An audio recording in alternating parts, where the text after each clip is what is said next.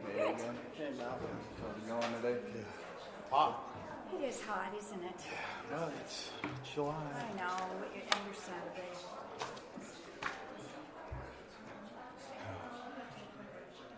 I'm surprised I'm the first one here. Something like that. There it is. So if I sit here, you're not on camera, right? That's what I like. Yeah. Because I am not photogenic. Let's see. Yeah, you're right. Yeah, that one is a All cut right. mention. Sorry about the Good dirt. spot. Good spot. It's not your fault. Keeping everything. One more. How are you? How are you? Is traffic okay? Wasn't too bad. Just your regular lanes right there from where 215 and whatever means. Yeah, I see. How's your development going through That that? once you get the corner. That one's with Brad Bartow. It's called the Bartow Construction. And I set a sign there. What are you guys building? he's doing, if it gets approved ever, it's a little 5 the post office retail and pad. Anyway, but I 5 retail pads right by Carmel, ADS Power Sports. The owner of the project's Adam Gardner. He's the Houston Carmel or ADS before he sold it. It's going. We made another submission today. About me. It's been going on for I think 2 years. So, long time. Why do you do something Hooper? I don't think I can. Yeah. When they hired me, they said I can't have projects at this. Gotcha. A little conflict Yeah, of interest. that makes sense. But yeah, we'll see if it ever goes. It'd be a cool project. My dad works over there, and you were over there for a while, weren't you? And you do work at CDC for a little bit and stuff. Oh, CFC. CFC. That was a long time. Yeah, probably. Yeah. Yeah, it was a while I ago. don't know where they're at, but my dad's Drunk over by 25. my dad's place over by Evco, the house of hose or whatever. Yes. Oh, Great Western. Yeah, so when I was a kid, I helped out over there, and I always remember there was nowhere to eat over there. So I would think it'd be a good, do well. There's a lot of, it's right across from Staker Parsons, so I think there'd be lots of guys who would have lunch, but we'll see if they ever approve it. It's been a little bit of a battle. I guess they always are, though. I'm just learning that, though.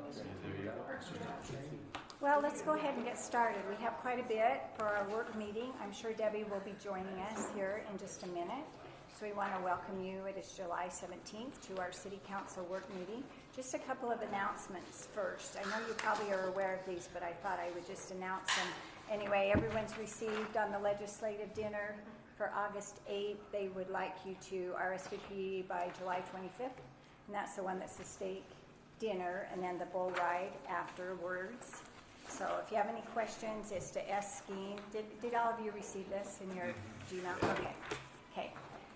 Then hopefully too you've all received the save the date for the local administrative advisor program. You saw about this with the Utah League of Cities and Towns. And it's going to be on September the 3rd from 5:30 to 8 at the barn in West Haven. That's the one that's in the Green Farm subdivision just off of 4,000. And again, they would like you to RSVP. If everyone saw this as well? Okay.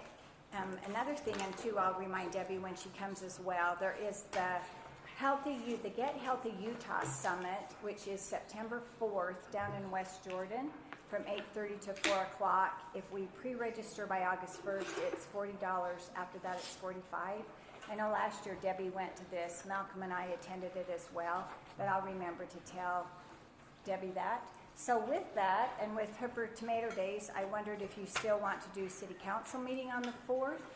If we have that one Utah League of Cities and Towns on the 3rd, if some go down to the one on the 4th, do you also want to have City Council meeting on the 4th, or would you prefer to cancel it and just have the meeting on the 18th? I would think it would depend if we have agenda items, we really have to. Yeah, if we So have we just some. kind of play it by ear, Yeah. and if we don't have a lot, we possibly could if Yeah, we've there's already... not any that have a deadline that we have to really meet right then.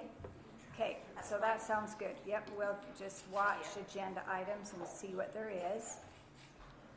Okay, and another thing too, so you're probably aware that we were audited with the SWIP, the state SWIP. There's going to be a meeting on September the 10th that one of you could come and attend if you would like to with JUB at 11 o'clock a.m. And that is here at the city office. And that's, we had, I think if you remember, about 82 findings, I think it was, or something like that.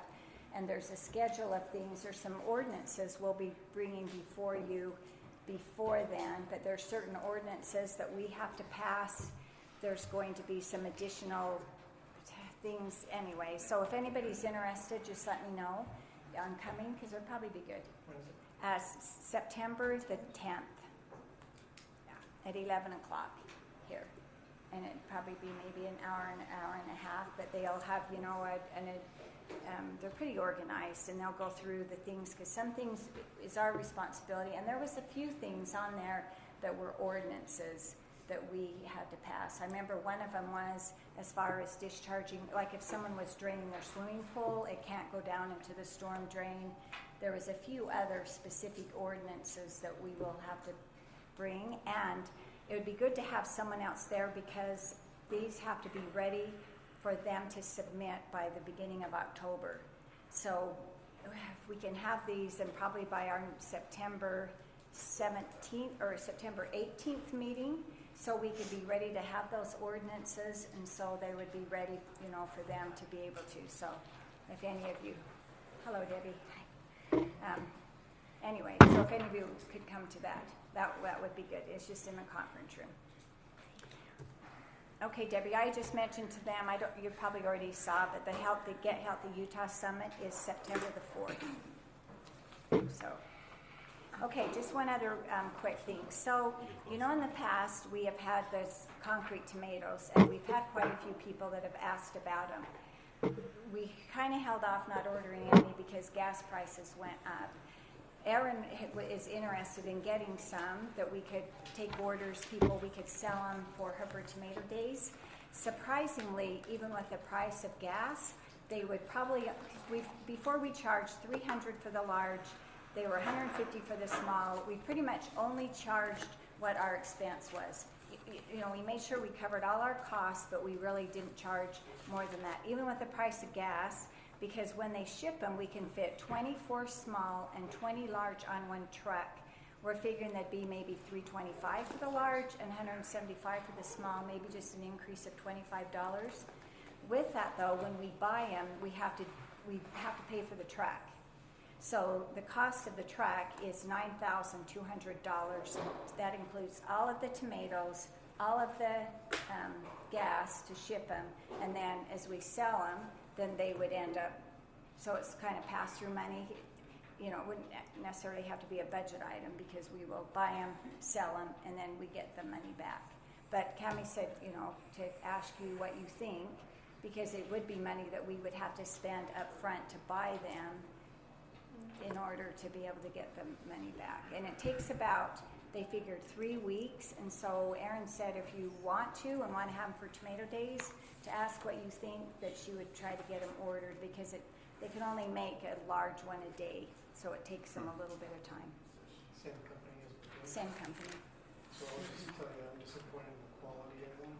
We got one at the post office, and the top of it just totally disintegrated. Breaks. Yeah. It just fell apart. I mean, we didn't do anything, didn't touch it, no, it just fell apart.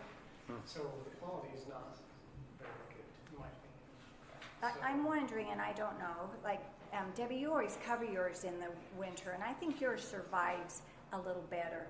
I don't know if it's because they're made in Texas and they don't have the cold weather that we do. People that cover them do a little better than those that don't cover them, because I know, Ryan, I've had to repair some of the top of mine too. So I don't know. I don't know if I that's. spray mine with UV protection spray. Oh, every you year. do? Okay, well, I've just noticed yours looks really good. And I saw in the winter you have yours covered with a tarp and it's all tied up. I've noticed the one up by Freedom Elementary doesn't look good at all. No. So, well, think about it, you know, because Ryan, I thought the same thing. I mean, for a business, you don't want another thing to take care of all the Yeah. time. You Right. know? So Yeah. if it was a personal home or spot, then that's one thing. But I ignore it because it's on the corner.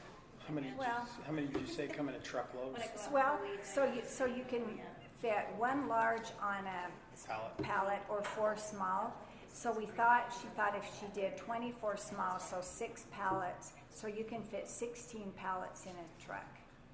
So she thought if she did 6 pallets of the small and then the other, 20 pallets. So what's the, do you have any pre-sold? What's the interest level? Yeah, they said they have ones called quite often. Do they? I don't know. So but we could always pre-sell them too.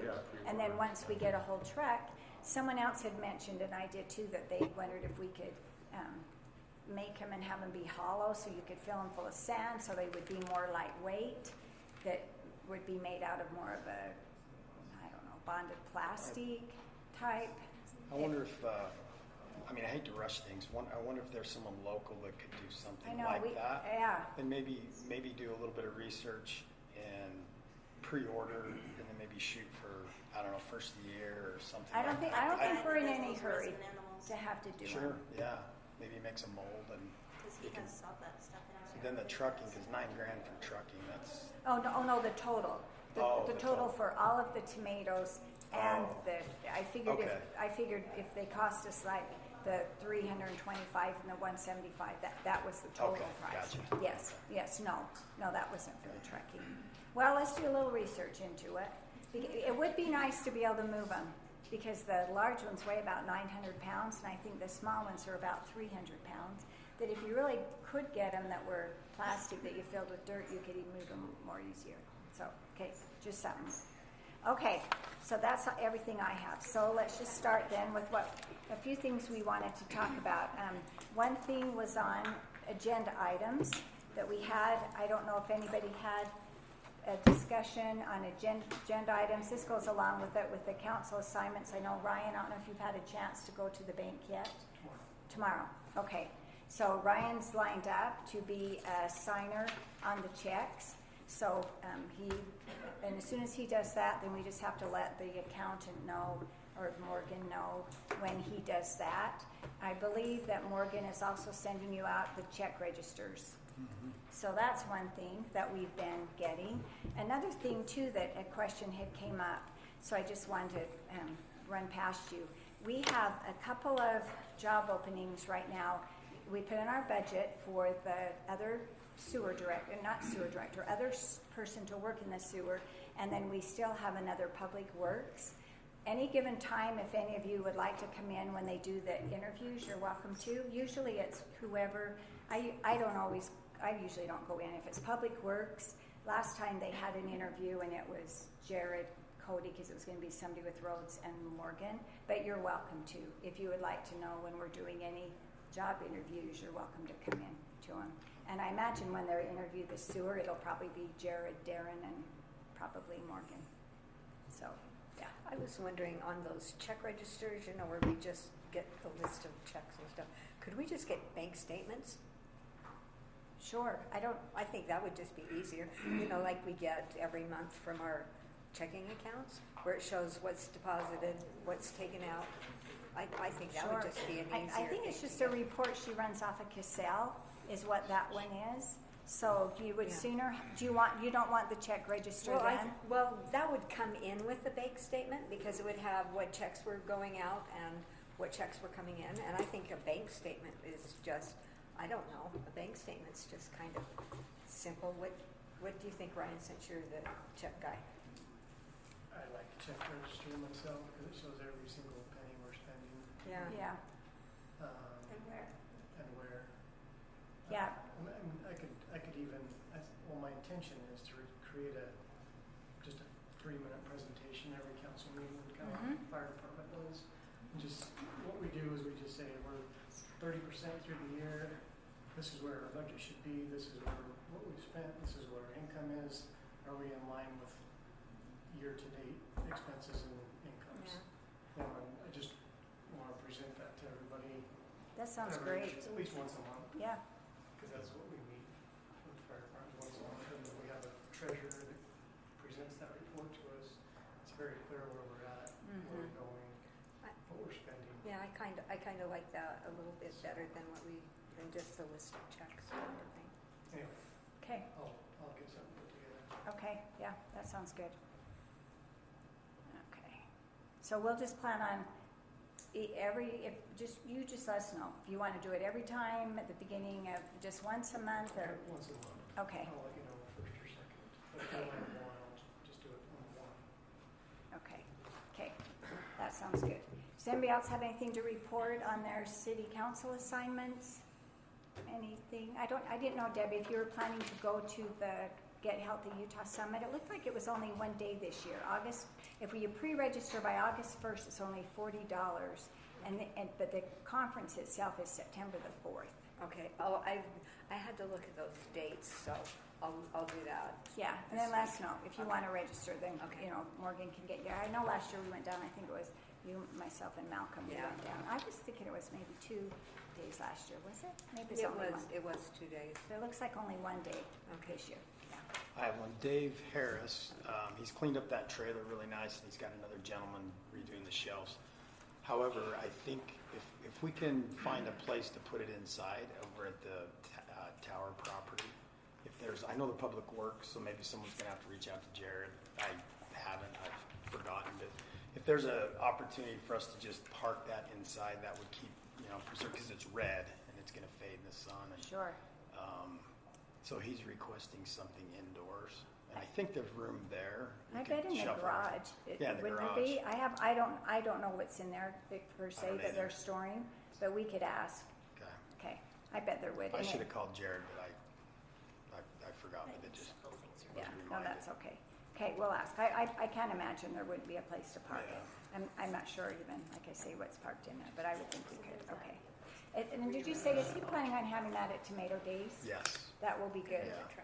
That will be good. And one thing too, and I mentioned this to him, that we had talked about is possibly only doing the health fair every other year. Okay. Because we thought, we have a fairly good turnout, not a huge turnout, but we thought about maybe then doing it every other year. I think we will still try to do a flu shot clinic because we have several of our seniors that like to come, and even families that like, so we would probably still do that, but just been plan on the health fair every other year. Okay, so not this year. Not this year. Okay. They plan on it in 2026. Yeah. Someone had posted on Facebook something about a survey about, but I don't know who did that about, and they didn't seem to either. So no one really seemed to know that. Okay. So back to this council assignment, Yes. since I took the finance portion, that's on my assignments. And since the employee hiring was such a big deal with this as a council, do we want to make an assignment to somebody to come in and sit in the interviews and oversee the assignment of hiring? Sure. Who would Probably be like a to good do that? idea. Who's got the most experience? Yeah. You just got nothing. Would you like to sit in on the interviews? Okay. Okay. Usually, when we get a few in, then Morgan will schedule those appointments, and then Dell, Councilmember Fowers, I will just let you know when those are. Okay, that sounds good. Okay. Okay. Anything else to report on any of your council assignments? That I know coming up, there will be some for Hooper Tomato Days. One thing that we would like to do, because it is our 100th year, is have a heritage type tent where people could come in. If we put together a slideshow that kind of told a little bit about the history, and we thought we maybe would ask if you could spend 1 hour. We'll have we'll put an air conditioner or something, and it won't be so hot. But if people, because I think it would be nice to have something about the history of Tomato Days. So, but anyway, I'm sure Aaron will come to ask you here sooner than later about assignments with that. So that would be in addition to the info booth or whatever tickets. Yeah, well, I think she said she thought they probably could handle the information booth. They felt like there was maybe enough there where we weren't doing the raffle tickets. So she thought maybe she would need you more even with that. And I think with the rodeo, it really does take pretty much everyone by the time we're selling tickets. Did we tell her to get the feather flags? No. We Did you talked tell about her? it 2 years in a row. As we remembered last year, we really wanted to get them that says buy rodeo tickets here, or rodeo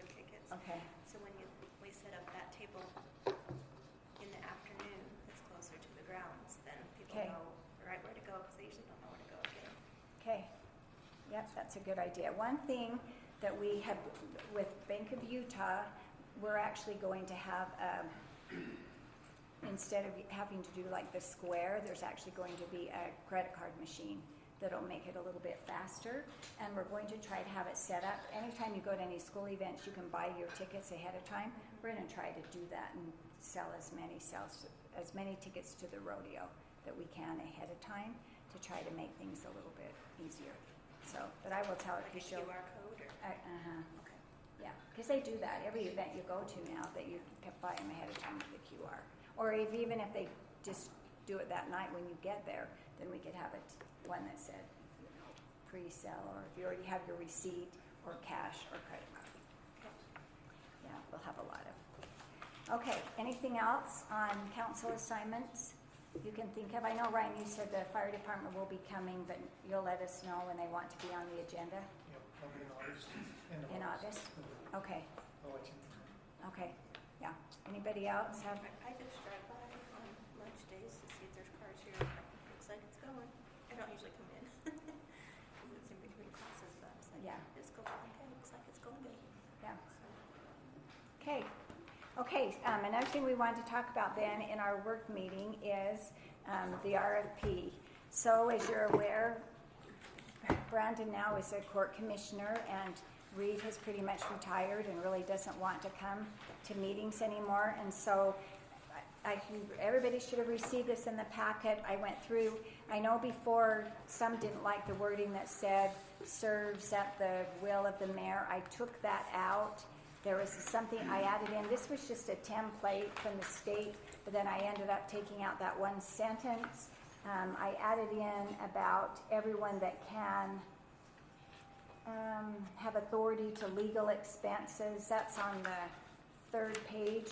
Did everyone see that? That says, but it does say, as far as other people, it was the mayor, city council, planning commission, appeal authority, appointed officials. Anyway, it talks about that are authorized by the mayor, city council. But if they're not authorized, you have to have something like that. So it isn't just that any resident can. I mean, they can certainly go through a city council member or through myself. But this was just kind of like I said, the one we got from the state, and I made those. I took out, I can't remember now where it said the will of the mayor. I just had a question about the Sure. selection criteria. It says the mayor and the city council shall make the final selection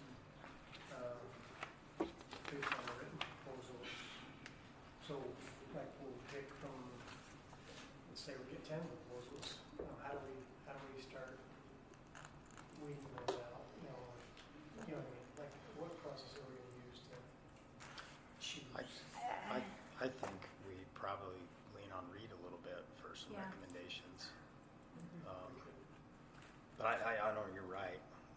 If we get a whole bunch, how do we know who's the best? I mean, if we get 30, then of course we can say Yeah. 3 of them. But if we get 10, Yeah. it's kind of a cumbersome process to start with 10. Well, and we're really hoping that we could ask Reed if we have our new attorney, if he'd even be willing to work Mentor with them him for, for that. yes, for a few months. One thing too is, I know our new prosecuting, the one, Brandon Miles that you met, he said too that sometimes they have, like the Weber County, they have attorneys, and it almost made it sound, well, like we would still have one, but if we went with one of theirs, if they had other things that we needed their help for in that office, they could help us as well. But I think, yeah, I don't know, Ryan, I'm inexperienced with this, so I guess we'll just have to see, and maybe it would be maybe then we come up with some kind of a grading, or like you said, also with Reed, maybe have him help us with that. There have been a few things, and I think, Reed, you mentioned you talked to Jared. It would be good to get this. So if you have any suggestions, anything you would like to change, if not, we would like to see this go out by the 1st of August, if that's all right. And then usually you give them 2 weeks probably to have that taken care of, and so we could try to have someone in place by the end of August. But again, if you have anything that you... Yeah, everywhere where it says the mayor or city council, what is the intent there? Is that one or the other, or? Again, I just took the states. This is, so I saw that it said that as well. So I would assume probably or one or the other. And number 8. Because sometimes it says the mayor and city council, but sometimes it does say the mayor or city council Yeah, on the front- may respond, front or page. the executive, yeah.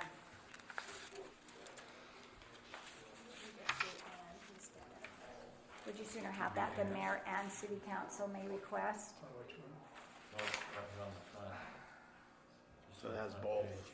actually has both on the front. Yeah. And then on the next page, on the number, scope of Or work, I'm showing the paper here. says that. Okay, so just change all of those, because down below it does say the mayor and city council, Right, yeah. okay?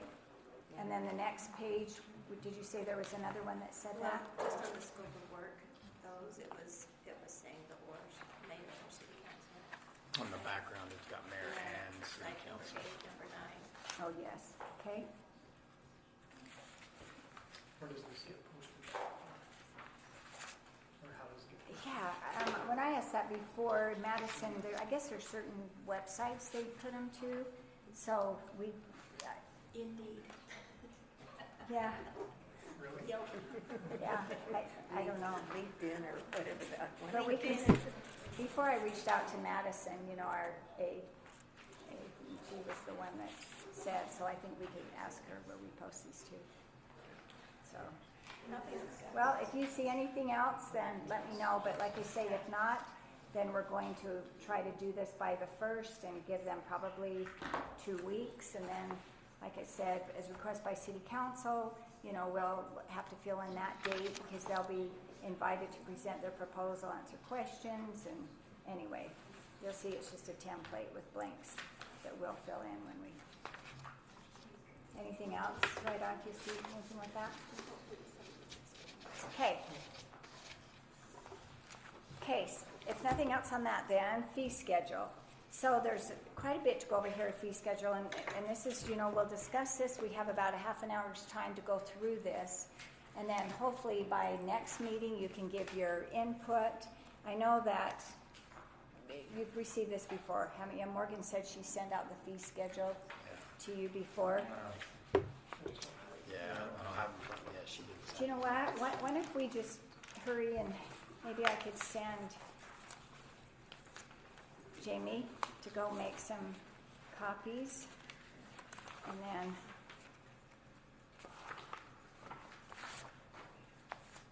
that looks like it's stapled, but she can just take that. So some of these things, when we did this, we kind of went through. And again, this is, we'll discuss it, and then you can kind of decide what you think, so we can go ahead and just maybe get started on just a little bit of this. Some of these things are prices that are given to us by the sewer board. Part of these are ones that we have had in the past, but this last time this was updated was in 2021. So our fee schedule is 4 years old, and I think this is something that we probably should review every year, and we've had it now for some time, so some of these things we really probably need to. So I don't know where, we'll just give her a minute I to, think it'd be wise also to involve others, just not the council, like Nate Tolman, for example, has a lot of input Yep. in regards to this. So what Morgan did is she divided up the groups. So, like for instance, Malcolm had the one that was on planning. She gave Steve the ones that was on parks. Debbie and I had worked on the ones that were on the parks as well. Nate Tolman had a whole section that he had to work on. Jared had a section that he worked on. So that's because that's what we thought too. We don't know. So that was really good. So I can maybe just kind of give you some ones that we've gone through, and then we can end up, because we won't necessarily, like I said, be voting on this, but it would be good for you to have this, and so we can review it.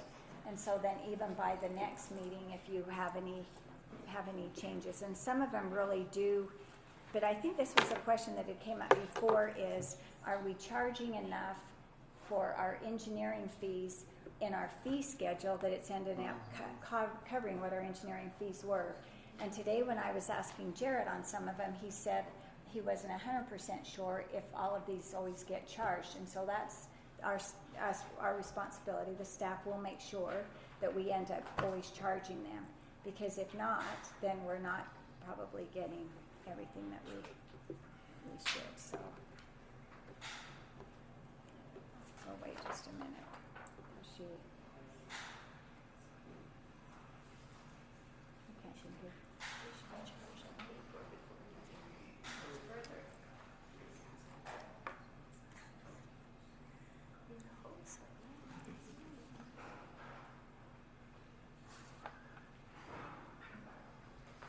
maybe I can just start with one that Stephanie did with the cemetery because things didn't change. So Stephanie's our one that is over the cemetery, and she looked at a lot of fees around. Thank you. Thank you, Jamie. And said that she felt like maybe at the time just leaving them like they are. So, okay. So these have, none of them been updated since 21. 21. Yep, 2021. Yeah. Okay, so let's just start on the first page, and I will just tell you the thoughts that some of them have had, and you can just write these in. So as far as a concept conference, that would change from $200 to $300. And then with minor subdivisions, it includes, like it says, the 2 engineering and 1 legal fee. But then they're saying we could also figure out how much we are actually paying per hour for those legal fees and for our engineering fees. So that number may be adjusted, because right now we just have kind of a blanket number, but then that might change depending on what we end up having to pay for our legal fees, because we want to make sure all that is covered. There's a subdivision preliminary plat, which now with the subdivisions, there's only the final. The planning commission is over that. It's our land use authority, but we thought we need to leave this in here because we may have some that aren't just a 1 or 2 family subdivision. If ever it was a commercial, for example, we still needed that. But they did feel like that, I think these fees are the same, $500, $850, those stay the same. We just added a line. Yep, we added a line that is a development escrow reinspection fee, and that's down below, which is $100. So that was a line they added. One thing they found as far as escrow is the first 2 time they go out and inspect is included, but if they have to go out and inspect for the 3rd time, then there could be the fee at the $100. And then there was the single family subdivision, 4 engineering, 2 legal, $1,350. That you combined those 2, didn't you? If we didn't have. So Yeah, so for single family applications, since we adopted a new ordinance that made it right, final, preliminary, and 1, we've been charging both with 1, right, for the most recent one. So we just need to add a line item that instead of a preliminary at 500 and a final at 850, we gotta charge 1,350 just for 1 time. We do them both. It's the same amount of work. We just have to do Yeah. them at the same time. yeah. We'll just add 1 more charge. And then it would be $80 per lot rather than the 40, because even though there's just 1, you're still doing double the work. Okay, I told you about the development escrow, 100. So that's what we said, and it's the same thing over here at the escrow release. Okay, we already mentioned that. Lot line adjustment, Jared had thought it to go up to 275, or Malcolm. Was it Malcolm that thought of that? We just need to change the word down below where it says request for Board of Adjustments to the variance request, because we no longer have a Board of Adjustments. We have it was Brandon that was doing that, but we'll have to see. One question I had, and I forgot to ask Jared, was the request for agricultural protection. I had a question mark by that, and I forgot to ask Jared, so I'll have to come back by that. Okay. Everything on that still looked the same. The Civic Center we're no longer renting, So if you go down to the bottom of the page where it says facilities rental, you can just cross that portion out because we're not renting our building out anymore. And then the very top line where it has the Civic Center rental, because we're not renting that anymore. Steve said for the portable bleachers, all of those portable amphitheaters, Steve said he wouldn't change anything. So we're on page 2. He said as far as renting all of that, he wouldn't change anything. Okay, so there's a few things, and this is when Debbie and I, it's been a long time ago, wasn't it, Debbie? We had done this. One thing we really talked about with renting the park is having a resident fee and a non-resident fee. We really have really reasonable, fairly low rates. And so, Debbie, I don't know if you want to go through these. You want me just, these are the same ones? Yeah, you can just. Okay. One thing that we would really like to change, and this is a staff request and we feel like might be easier. Currently, we charge deposits, and we have never kept a deposit. I can think of, I believe, one time that we have that I'm familiar with, and possibly the last 10 years. What we would sooner do is, instead of having deposits, have a credit card on file, that if there are things that need to be charged, they know then it would be charged with their credit card. Because this is a very cumbersome, time-consuming thing for the girls to have to take the deposit and then have to return the checks. Half of our checks every month that Morgan goes through in the summer really are a return deposit. And so if you are all right with that, then that's one thing we thought about doing away with. Another thing that Debbie and I had talked about, and if I'm saying it incorrectly, Debbie, if you remember differently, let me know, but we had also talked about, so one thing you're familiar with, our large Bowery down at the park. So there's the Bowery, and then there's the kitchen, and we used to charge 2 different fees. And so we had the large Bowery and we had the kitchen, and we thought about just combining those. So if someone rents the large pavilion, they also get the kitchen. And so some fees that Debbie and I talked about before with a small Bowery rental, it would go up to $50 for a resident, $100 for a non-resident, and then the large Bowery that would include the kitchen would go up to $100 for a resident and $200 for a non-resident. But then they would have the use of the kitchen. And sometimes what made that a little tricky, if we don't let them have the use of the kitchen, then they can't turn on the lights. So if they happen to rent it and it gets dark, there is no way for them to turn on the lights because the light switch is inside. And then that would also give them access to water, and we talked about possibly having a hose with some cleaning supplies in there, because sometimes, we say, please, hose it down, but we haven't provided that, or cleaning supplies or anything, so that makes it difficult. Okay, so those were the change. Let's see. Group fee, seasonal. Morgan has written here, 3 months, $25 a fee. $25 a field. I'm sorry, $25 a field instead of the $25 for 5 hours. So again, crossing out all of those deposits. And so anytime someone's renting it, they pay $25 per field.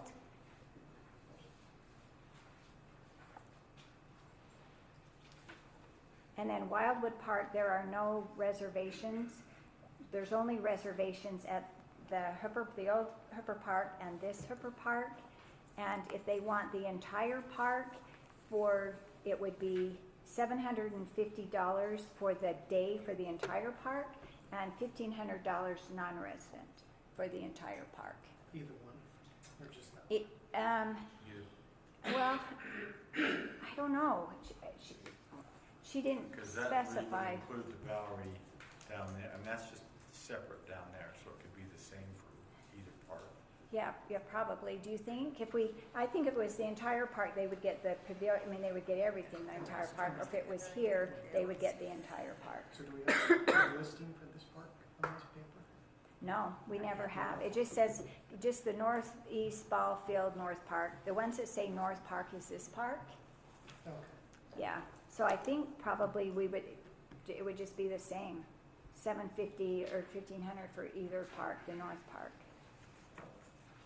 Yeah. So what is, I won't mention names, but what is the group paying now? I think they've been paying, do you remember? I don't remember. I know what does it say up here now per field? Our Sunday. $25 for 5 hours, so that's probably what they have been paying, is the $25 a field. For all day? Yeah. Not per hour. And that's You're one talking about thing. this facility right here, right? Yeah. Do they use more than one field? Oh, yeah. The entire So are they thing? paying for all the fields or just one? They are? Yeah, they are. They're paying So for it's each $100 field. for 5 hours. Well, But that's So what- one thing that I think we should talk about, that, because I've mentioned this before.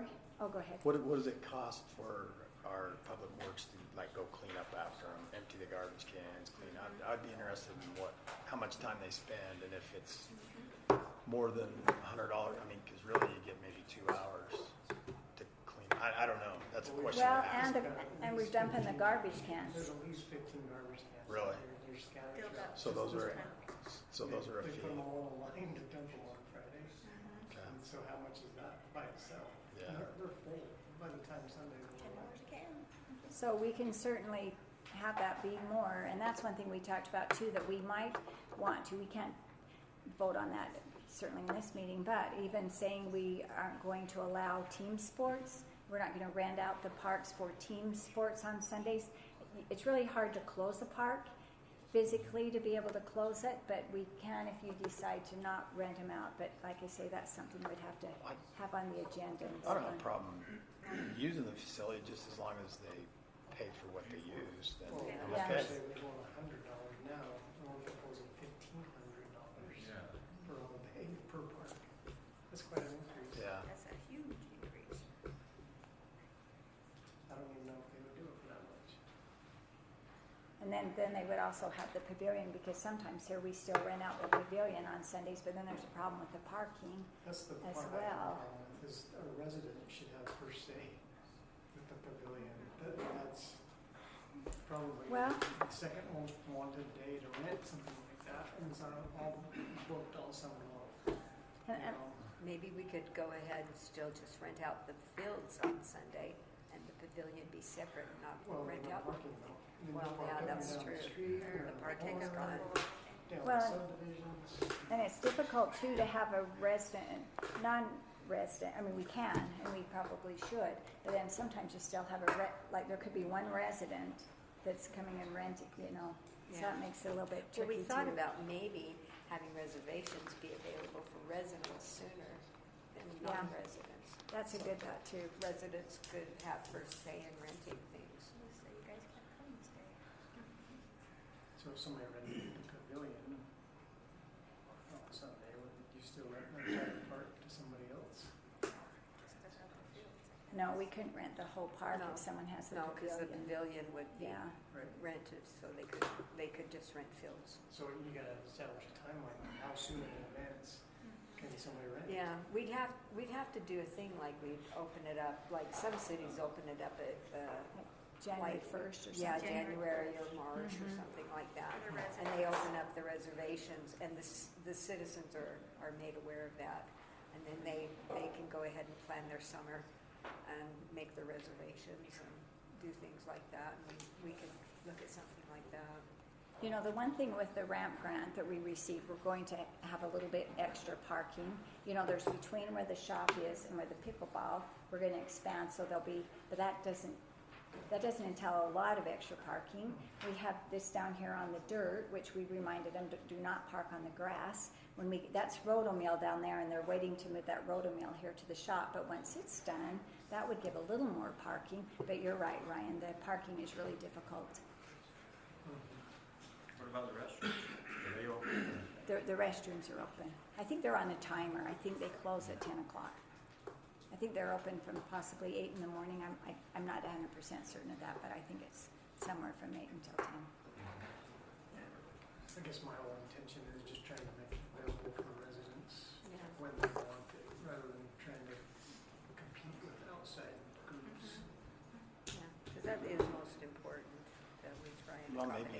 like you said, put a time frame, like if a resident doesn't rent it by Wednesday of that week, then it's open.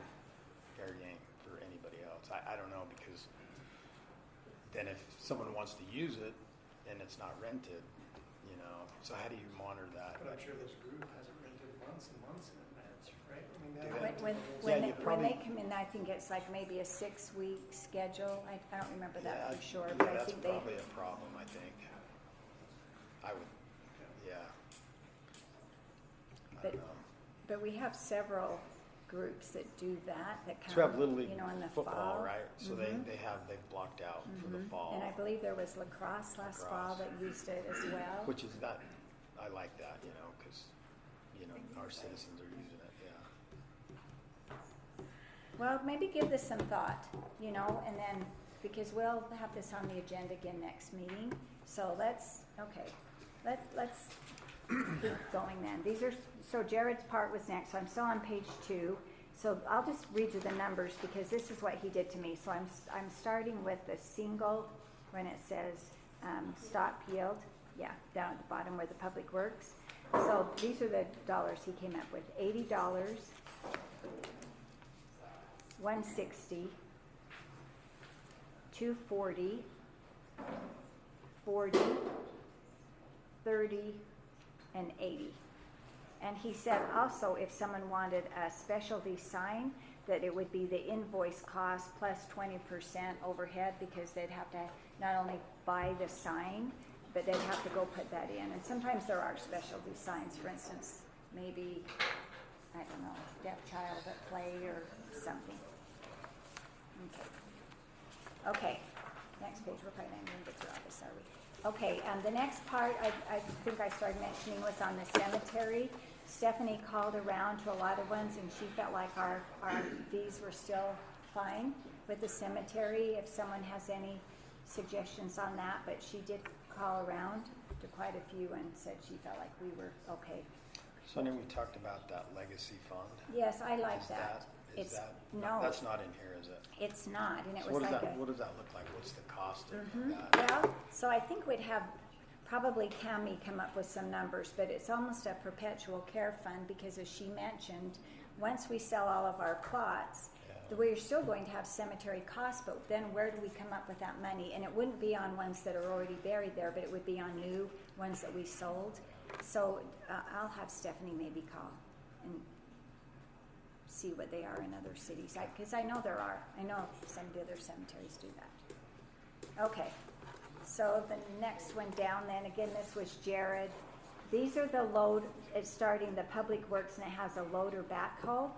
One thing though that Jared wanted me to say with this is, these are only if we have to, so for example, if we had a house that maybe kept having violations as far as maybe weeds or something, and the city had to go do that, then these are costs that would actually cost the city. This doesn't mean that we're going to rent these out for other people to, they're not for hire, he said. Make sure you tell them, this is for code enforcement, this is not for hire. And so these are the numbers, and again, I'm just going to read them without reading every one, because rather than going loader, backhoe, mini, I'll just give you the numbers. So it was $100, $100, 80, 160, 40, 60, am I going too fast? 80, 100, 120, 65, 50, 60. The street sweeper is the actual cost, because the city does not own one, so we would have to rent that.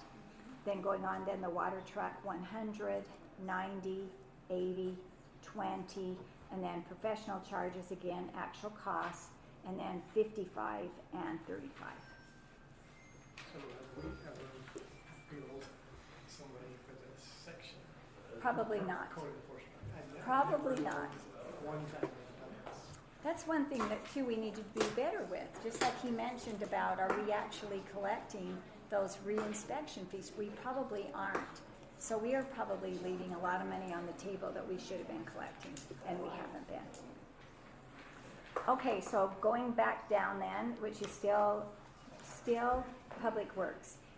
The only thing that Jared had was additional public works inspection was $40 per hour instead of the 30. And we also had talked about the reinspection fee of the $100, which we had already talked about that on another page. One question that Jared had, he said we probably still need to, is, so we have, these excavation, if they have to go into our right of way, but he said we aren't currently charging them for the PUE, which is the public utility easement, that he said maybe we should, but he said let him look into that a little bit more, if we should. Okay, well, hurry. Okay, page 4 then, he said the top was the same.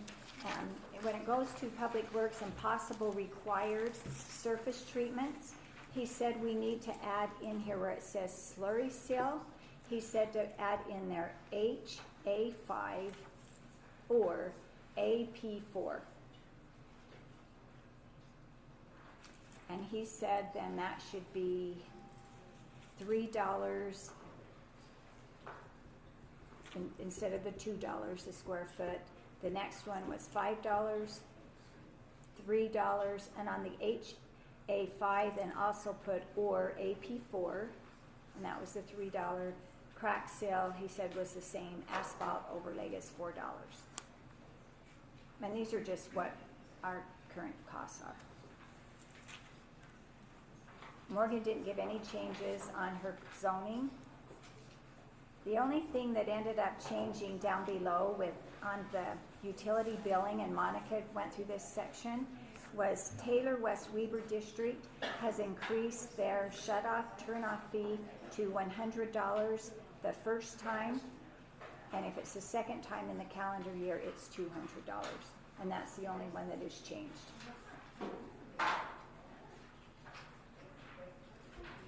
Okay, as far as Nate's... So that's whether it's business hours or not, it doesn't matter. No. And then Nate, all of these down below, it was Nate's, and these are dictated by the state. So as the state changes theirs, we will always update these. So these are just what the current state fees are. Again, we talked about having a reinspection fee because, and I think Nate is, and any of our inspectors are very accommodating, but sometimes by the third and, they'll make a time they're not ready, they'll go back, they're not ready, then there could possibly be a reinspection fee, but Nate didn't give me a price for that. Okay, go clear down to sewer impact fees. So last year, and we hadn't even updated this. Last year, the sewer impact fee as far as the Central Weber Sewer Improvement District, so we're almost to the 3/4 of the way down. Last year's was $3,537. So look how outdated we are on our sheet. So anybody that has applied for a permit previous to July 1st will still pay that $3,537. Anybody that has applied after July 1st, the new sewer impact fee is $3,575. And that's just pass-through costs. That's not anything that the city gets. That's just, and when we end up getting some of our, like our park impact fee, our stormwater, all those, what we will update those, but those are what we have to have those studies done, because you legally can't just have a fee without having a study to show what the impact actually is. Okay, one thing Jared said down below where it shows stormwater connection permit one lot is $300. And then he said for subdivisions, it will be $300 plus $50 a lot. And he said when it comes down to a new pit sewer connection fee, he said he came up with about 13 different scenarios what the sewer pit could be. So what he would like it to be is that it's almost, they pay a deposit ahead of time if they want us to do the work. If we are the ones, because we know they can hire their own contractor, if they want us to do the work, we would charge them $10,000. We will keep all the invoices, so they will only have to pay what their invoices are plus a 20% overhead for the labor. And so if it comes back 8, we take our 20%, we give them back the money. They would have to be aware that if it's more than the 10,000 for the invoices, they will have to pay the additional. But he said it's too hard. At first he started dictating, but sometimes 2 people share a pit. There's just way too many. And then he had the existing pit, he changed that to 5,000. Okay, down at the bottom of the page, the only thing that Morgan changed was instead of $1 per address was $1.50 per address. And then everything on page 6, well, possibly when we get a new attorney, maybe they will have some, as far as those fees go, and then also when we have a new variance hearing officer, then those fees will change. Okay, that seems like a lot, doesn't it? But just kind of review those. Like I said, that's a lot to go through, but if you want to call other cities and get any, I know we appreciate Debbie, she did a lot of research before on the parks and called a lot of places, and we felt like these were probably in line. Okay, well, okay, we'll go ahead and move up and.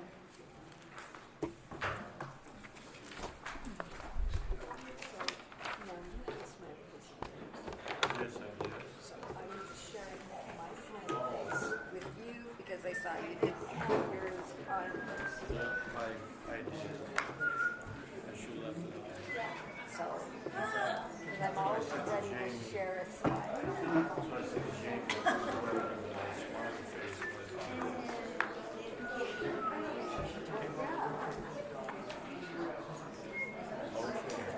Because that's what we look for.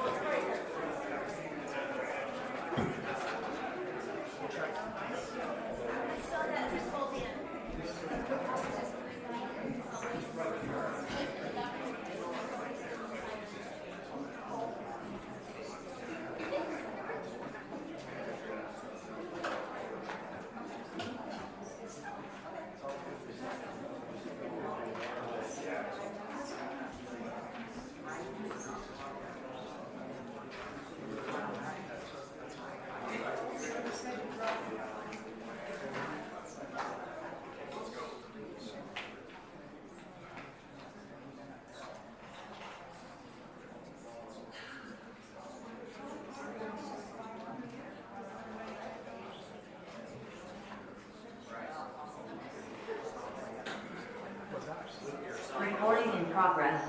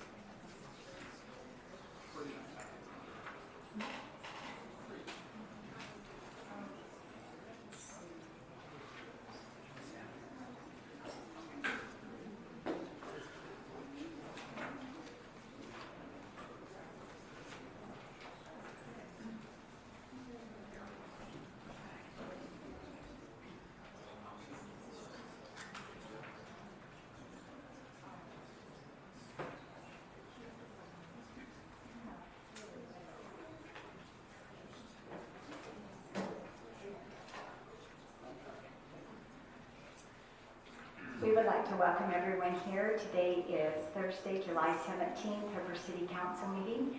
I am Mayor Sherry Bingham, and I will be conducting this meeting. We are going to go ahead. I will lead you in a pledge of allegiance, and then Councilmember Maragoni will lead you in a reverence. If everyone will please stand and repeat after me.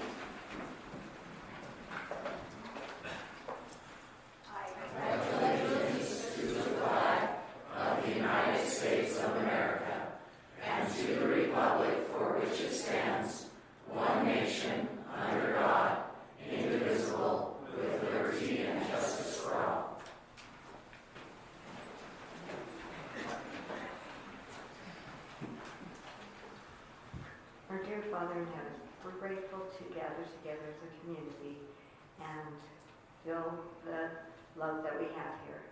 We're grateful for being able to experience the pleasures of government and the decisions that will be made, and ask Thee to be with us that we may make the correct ones. We're grateful for those serving our country and ask Thee to be with them.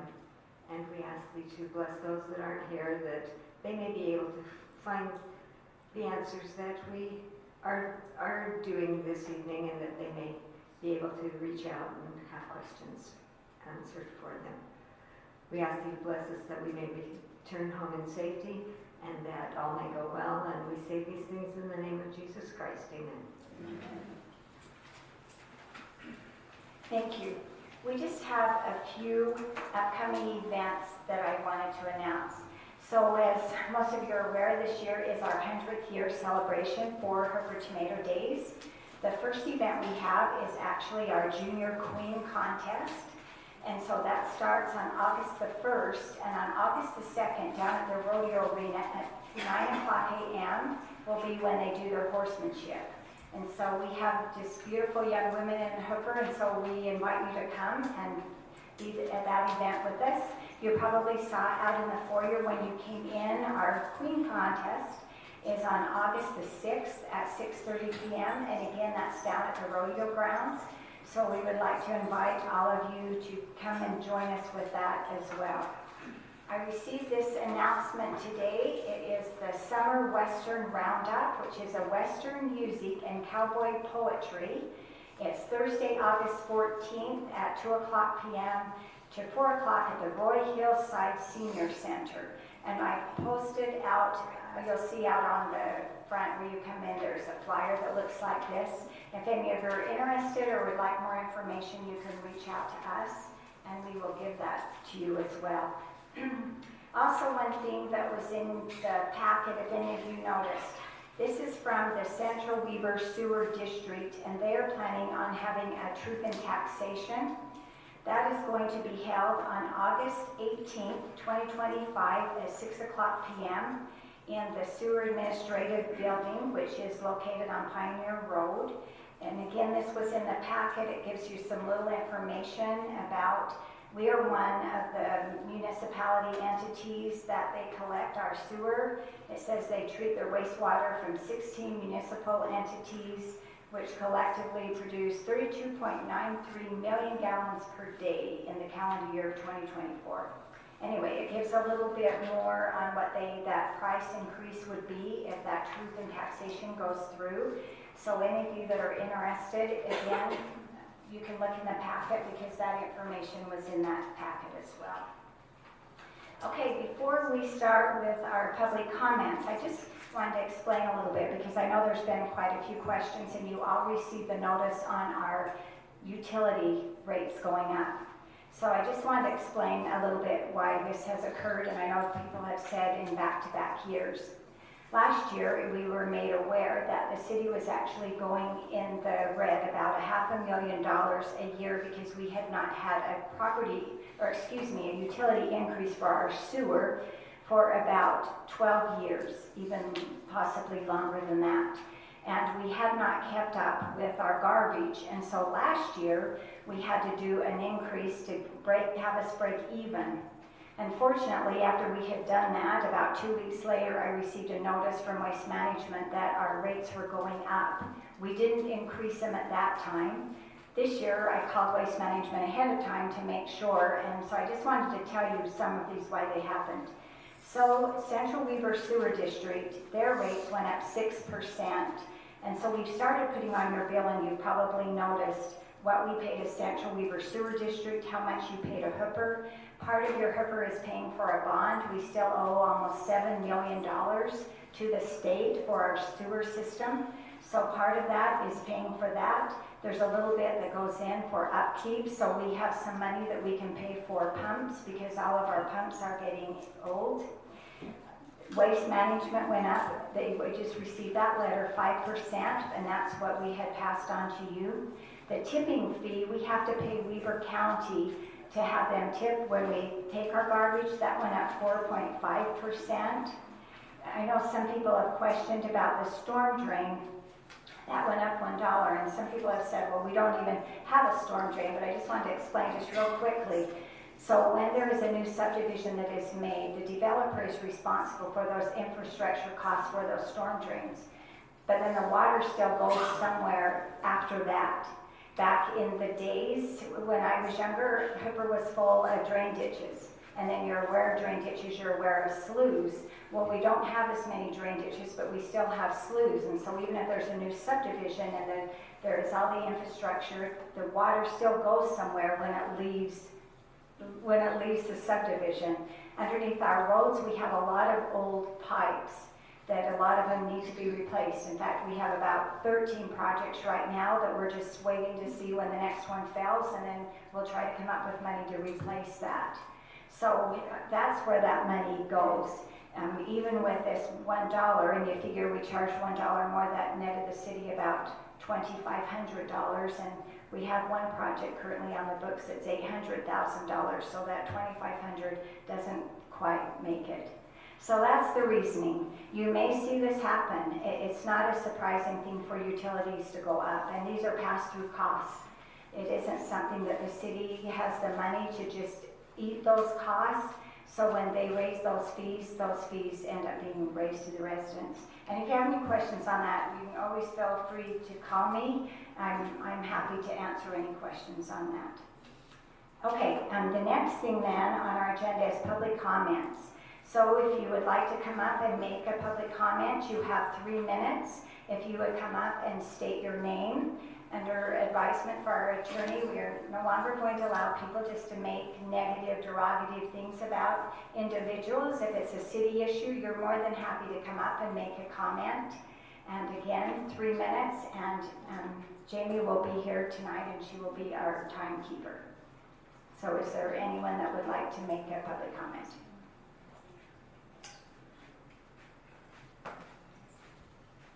Chris Paulson, 5820 West, 3800 South. So I just wanted to follow up with the council, and particularly with Councilman Hill. 3-4 months ago, he made a motion in a meeting that was quite contested that members on the council and the mayor have a private meeting to work out their differences. And I believe it was agreed upon that evening to do so. And I think it's owed to the community to understand if that meeting was held and what the outcome of that meeting was, and if we were able to get through those discussions and be able to work together as a team, or if we still have that dynamic of where those roadblocks exist and we're not able to function, and what the outcome of that should look like as it was recommended 3 or 4 months ago. I'd like to hear feedback on that if we could. Thanks, Chris. So I did recommend that we have that meeting initially. We did schedule that meeting right away, and that first one was canceled due to the fact that some of the council members could not or did not want to attend that meeting. It was rescheduled. We thought that was still in the best interest. That was the motion that was made. So we did have that meeting. Remind me the date. It was in June, right? Anyway, it was in June. We had that meeting. We did have a closed door meeting. We sat right here. What was it, 3 hours or so? And we talked about a variety of issues. I thought it went well, personally. I can't speak for everyone, of course, but I thought things went well, and I thought we made some progress in that meeting. That's what I was hoping for, looking for, to kind of mend some fences and put together some agreements that were disagreements before. And so that's what happened, that's what we did, and now we're here today to finalize things.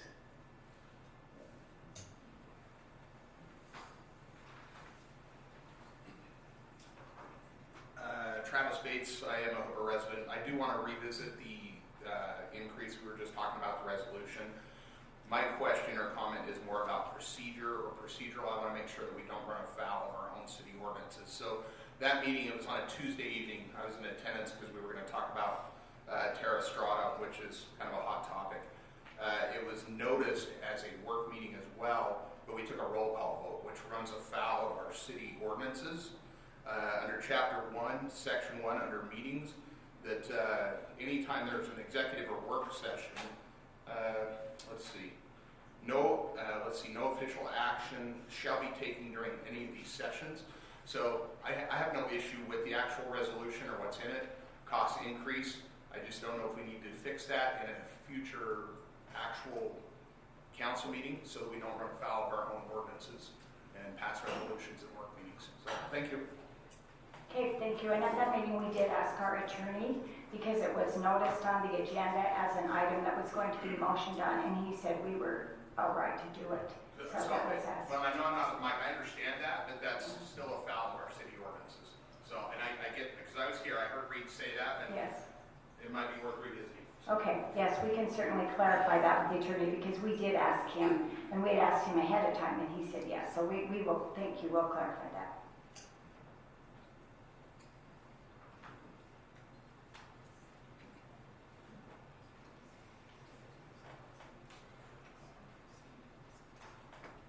Okay, seeing no other public comments then, we will move on. We do, oh, is there someone else? Okay. Right on the draw. So just a couple questions. So it sounds like because of the Will you list your name? Oh, Tell us sorry. your name. Steve Wall. Thank you. Based on what's on the agenda, you had the meeting, and this is to finalize that. Is that my understanding? Okay. It'll be interesting to see if that meeting, did anything or not. So we'll see about that. But then I have one thought on the Smiths proposal. I keep hearing the discussions of we may not see if that went through, we may not see any money for 20 years or something. Don't know if that's true or not true. But then there's another discussion of, hey, we've reached out to these other cities that have a Smiths, and they say they're doing well. They are making money soon after the implementation of that. So I guess my question is, how can we get good information and then disseminate that and make a good decision? So just curious how we can get to the end of that, where it seems like we have conflicting information, and the Smiths may be a totally bad idea, and we can accept that if that's the case. But if the information that we're getting from different parties, and I would love to see every one of you go do your own due diligence, bring the information, and just have a great discussion and say, this is good, this is bad, and then come to say, hey, let's do this or not do it. So anyway, thanks. Okay, thank you. And I think there will be more with that too. I believe there will be another opportunity for us to dive a little deeper into the study that was done by the LRB group with that. So thank you. Marsha Warwood. I just wanted to say how much we appreciate all that you do. We know that this is a hard job for you, every one of you, and we just want you to know that we appreciate the time and the sacrifice that you put into serve our community. We just say thank you. Thank you. Carrie Call, I just have a few things. You've listed on here discussion motion for shifting of mayoral powers. There's no ordinance reference. There's no ordinance packet, so this hasn't been noticed to the public. For that, it's been on the agenda previously, but not noticed for this meeting. Obviously, this is by state code, you can do that. I'm on the West Haven City Council, I think a few of you know that. It would be really chaotic for you to take those powers from the mayor and disseminate them to the council, because you're already in a chaotic situation for a lot of things. If you want to take powers from the mayor, a city manager is the way to go. Looking over your budget doesn't look like that's a possibility right now, but if you're looking for professional leadership, a city manager is 100% the way to go. West Haven has done that and it's been fantastic. It's been great for our city.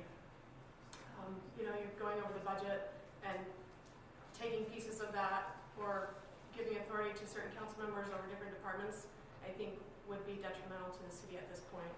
So, and people have asked, you have a closed door meeting, you can't share what was in that meeting.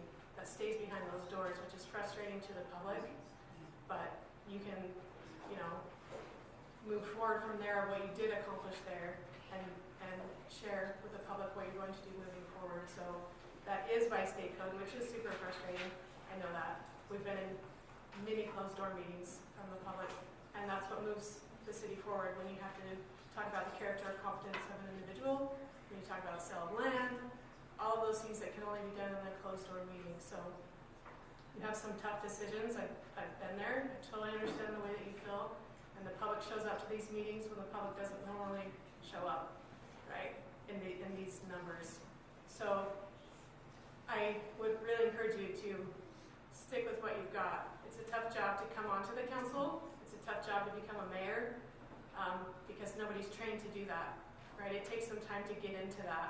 So I hope that maybe you found your groove and you can move forward the way that you are.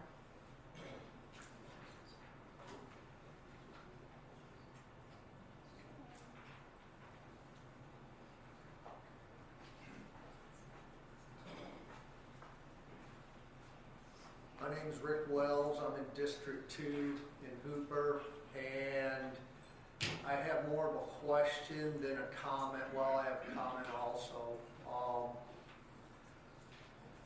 I have a neighbor, supposedly he got, this is what he told the county compliance people and everything, a hobby business license through Hooper City.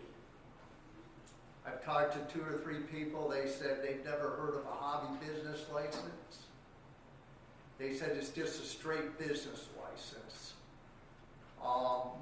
My main question is, once you have a business license, does that exempt you from ordinances within the city of Hooper that they've set up with a business license? This happens to be, I'll make it quick, it's an automotive business that he set up. His place looks like Fred and Lamont Sanford from Sanford and Sons. Okay, they've lived there 6 or 7 years. In that time frame, probably 10 times he's been told by the compliance people to clean it up. Right now, he's probably got 7, 8 unregistered vehicles. There's a feral cat issue since they've moved in, and they've moved in all these vehicles.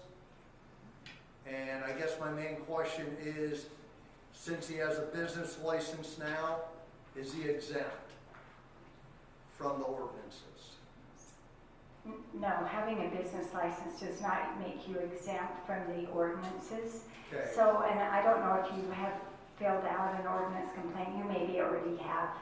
And that's something we will be figuring out that better, because we know that we are not as, we need to improve with making sure that people are abiding by those ordinances. Yeah, I think everybody, you guys and everybody here wants Hooper to stay a good, clean, beautiful place to live. I've lived here a little over 20 years. It's a great place. So now on District 2, who's my council person?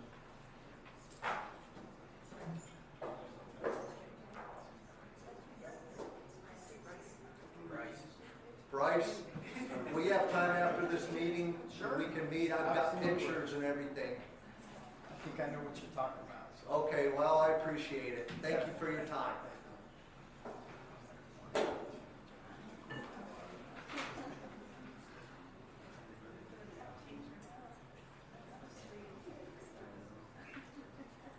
Okay, seeing no other comments, we will move on.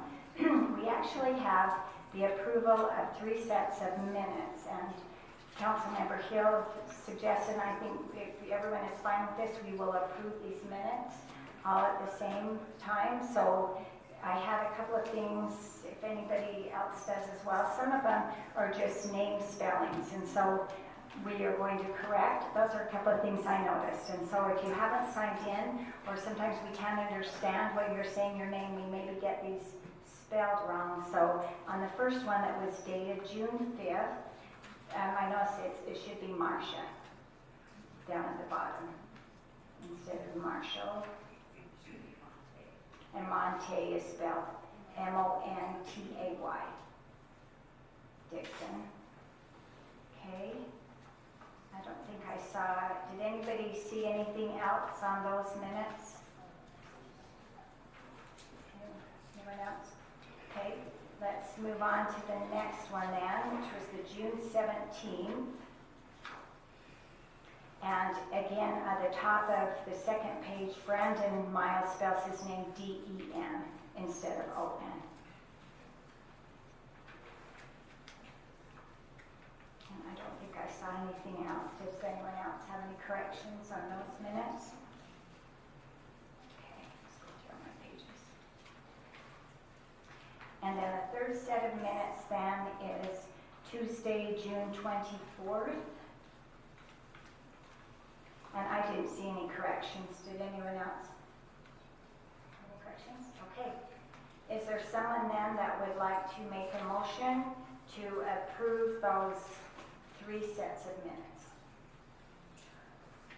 I'll go ahead and make the motion to approve minutes dated June 5th, June 17th, and June 24th, 2025 as corrected. Okay, the motion was made by Councilmember Hill. Is there a second? Second was made by Councilmember Maragoni. Any discussion on the motion? All in favor? Aye. Any opposed? Okay, motion carries. Okay, so the next thing we have then on our agenda item is a discussion and a motion of the shifting of the mayoral powers. As we know, as was already talked about, this was a motion that was tabled back in February. We did end up having a closed-door meeting, and as was mentioned, that is something that we do not discuss with anybody else, but I was really optimistic with the meeting as well. As Ryan said, I felt like it went well. There's things that we are correcting as far as that, working things out together, and so I don't know if there's someone that would like to make a motion or have something to comment on that. Yeah, I'll say one thing that we did correct. There was concern with the finances, to be more transparent with the finances. We wanted one of us to be assigned as an additional check signer and to send out every month a list of the check register and additional information with the finances. And so we've accomplished that. I will go and actually sign up to be the check signer tomorrow. And so we're making steps towards that concern that we all had with the finances and transparency. So that was one of the steps. Another thing we had was with hiring our employees. Just tonight, we agreed that one of the council members, Councilmember Fowler, would be involved in the interviews of hiring additional employees. That was another step we took in the right direction. So just 2 things I wanted to mention. Okay. As you've all stated, there's a lot of information that maybe you're not privy to that I'd like to read a statement to inform the public why we're here and what's been going on for the last year and a half. And it's been a little unsettling. So I'm going to read something here. I'll take my time, so bear with me. But I think the public deserves to know this. And it may be uncomfortable, but that's okay. It says, we're here tonight because of the mayor's actions. What has happened is not political. It's not personal. It's a necessary effort to restore accountability and reestablish the checks and balances of our local government is meant to follow. This is about the law. City and state ordinances have been broken. Authority has been overstepped. Staff members have been pressured. And time after time, proper process has been ignored.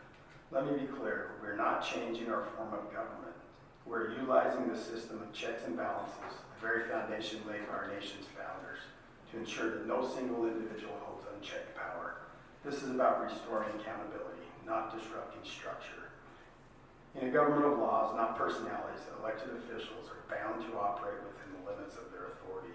When those limits are ignored, when ordinances are violated, the city council not only has the right, it has the legal and ethical duty to act. The mayor has repeatedly operated outside the scope of her role. Her unlawful involvement in city affairs, violations of ordinances, and use of public platforms has disrupted the legitimate function of our municipal government. These are not accusations. These are facts, documented, confirmed, and widely known among city officials. There's been 36 documented violations of Hooper City Code, 31 documented violations of Utah Code, with a total of 67 known violations. Let me ask plainly, what number of violations are we as a community comfortable with? 1, 7, 30, 67? And if we tolerate that from our mayor, how do we hold other citizens accountable under the law? These issues have been brought to the mayor's attention many times. We tried to work with her. That's why there are multiple violations, because we attempted cooperation, compromise, and resolution, and still the misconduct continued. Additionally, the mayor's false public accusations that 3 prominent Hooper residents stole irrigation water shares has now placed the city at risk of a costly lawsuit. She has used access to the city's legal insurance to defend her actions without notifying the city council, despite knowing her claims were false. She could have resolved these issues with a phone call. Instead, she chose chaos. And now the financial burden is on all of us. And yet, a small but vocal group continues to defend her. Whether out of loyalty, misinformation, or willful ignorance, their support enables this disruption and emboldens misconduct. Let's be honest. A vote to do nothing is a vote to condone lawbreaking. A refusal to act is not neutrality, it is complicity. Those who ignore these violations are not preserving order. They are endorsing unlawful behavior. And those who defend this conduct, even without knowing all the facts, are helping silence the very people who elected both the mayor and this council to uphold local law. This is our city, and we were elected to serve its people. We didn't take an oath to protect positions. We took an oath to protect this community, uphold the law, and do what's right. We believe in upholding the oath. We believe in upholding the oath that we all took to serve with honesty, to follow the laws, to execute our responsibilities with fidelity, and to protect this community. This isn't about one person. It's about restoring trust in local government. It's about standing up for the residents of Hooper who expect integrity, transparency, and leadership. The violations are real. The impact is growing. The time for silence and delay is over.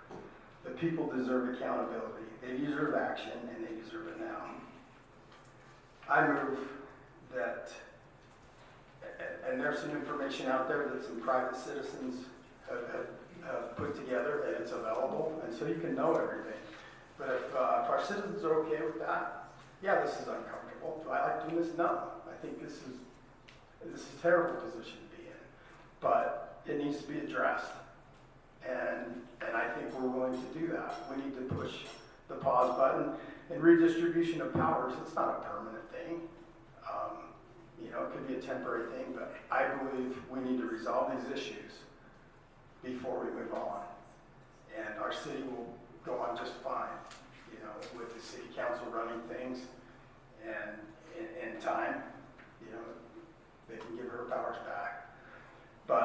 And as far as not being on the agenda, the instructions from our attorney were as such. He says, what we can do is pass the motion, then do the ordinance in the following meeting, once Reed is back in town. So at the advice and direction of Reed, I would like to entertain that motion, but it's up to you to start that off, or do you want me to just make the motion? So I would like to make a few comments. So, as everyone is aware, I've been the mayor now for a year and a half. There are some sitting up here that were not excited when I was running for mayor, and even less excited when I was voted as the mayor. And for the last year and a half, it really didn't matter what I was trying to do. I have been met with opposition. That happens sometimes in a council. That's why it's called a council. Sometimes you agree on everything. Sometimes you don't agree on very many things. But a council is you sit down and you discuss things. What I find very bothersome, which keeps coming over, and you mentioned a certain number of city and state violations, and I'm pretty certain if I would have committed these state and city violations that our attorney would have been contacted and they would have notified me that I was violating all of these ordinances and codes and what you have said. And when it was asked, I have only ever been told of one that was told that I violated, and we have discussed this several meetings, and it was one that had to do when a public hearing should have been held. I was told a public hearing should have been held, and we did not hold that. What I would like to know is when as a city can we as a city council, because I am one of the members of the city council, I have the office of a mayor but also city council, can we start working together? We have so much we can accomplish in this city, a lot we can accomplish, and it has been, in my opinion, a waste of time to keep rehashing things over and over. I am tired of it. I'm sure all of you are tired of it. So let's work together as a city council and let's move on. As Ryan already mentioned, we had our closed door meeting that was 3 hours. We talked about a lot of things which we can't discuss here. And we, as Ryan mentioned, there's already some things that we are already working on together. So my motion would be that we dismiss this and we move on as a city council to work together, city council and mayor, because some of these things you mentioned are true, some of them you've mentioned are not true. So let's just move on and work together as a council. So I'm going to go ahead. I was expecting that, and yes, we do need to work together, but these items, they're still continuing, and there's others that I could bring up, but I'm not going to, that are quite serious. So I don't believe you can make a motion, but one of us can, and someone can second it, and then we can vote on it and be done. If we're okay with that behavior, then that's fine. I can live with that. But me as a city councilman, to witness what has happened over the last year, I'm not comfortable with that. And oh, it's just this or that. But you know, what if someone ran a stop sign 67 times in front of your house, and then the last one they wipe out your kid or something? Someone's got to take some action, and we need to resolve this. I think it's time to do the reset button. So I'm gonna make the motion that as on the recommendation of Reed is not to do the ordinance, but to go ahead and motion shift the marital powers to the city council. That's my motion. And then when Reed gets back in town, he can craft the ordinance, and basically it's probably just some dates that need to be changed. Okay, there was a motion made by Council Member Wilcox. Is there a second? I have a comment. Personally, as a council member, I did not run to be the mayor. I did not want the mayor's responsibilities and jobs, and I have the time for this position, and I don't feel comfortable jumping into any of the mayor's jobs or doing any of those things for her because I am not familiar with in depth as she would be. So I don't know if I feel comfortable with taking over in any aspect that I was assigned a certain spot to do. I don't know if I would have the time. I don't know if that's why I'm on the council.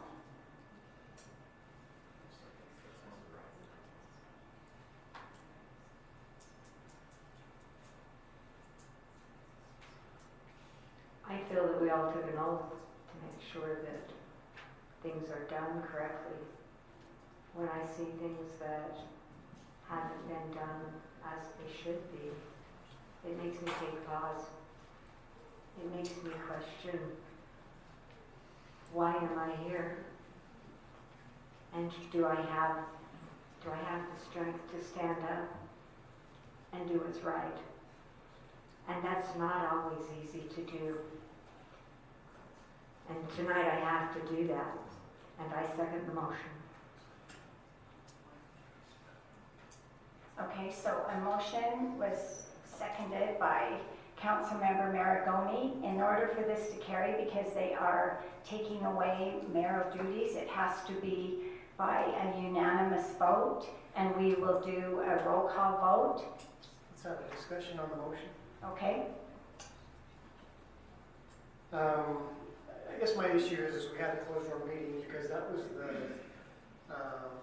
tool that we agreed on, that we would meet and we would discuss all these items. It's been mentioned that there's 67 items of law breaking. I think in our meeting, you might have brought up 3 or 4 of those items. And so that's where I'm concerned is I don't have a sheet of paper or a list that says here's the 67 items. We're not talking about the 67 items. There was 3 or 4 that you had. I had a couple. The rest of us had a couple things. And so that's a lot of things that got thrown by the wayside in our closed door meeting. That was the intent or the purpose of having that closed door meeting, was to discuss these 67 items that were existing somewhere. Well, we didn't have the time, we talked about other things. We can stay all night. Yeah, well, everyone wanted to leave, but I didn't want to. I think you were privy to everything on there. You know, I didn't see them all until just a little while ago. So I can't say I had all of them documented, but citizens had done that and gave me that information. But I think we discussed enough of a lot of concern that it warrants this. And if you deny that, then that's okay. That's on you. But me personally, I can't stand up for that kind of behavior. It's got to be rectified. She should still be our mayor. But for a time, you take the steering wheel. We correct the ship. And if you guys decide not to, that's fine. I can live with that.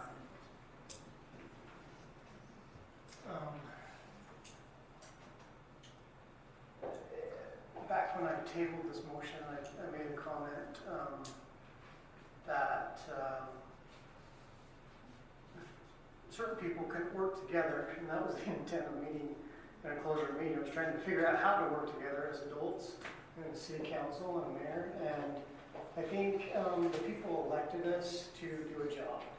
And you know, there was competition in our election, and I chose each one of us individually to be up here and to make decisions for the city. And if we can't figure out how to work together to set our personal issues aside, whatever they may be, then we need to excuse ourselves from this council.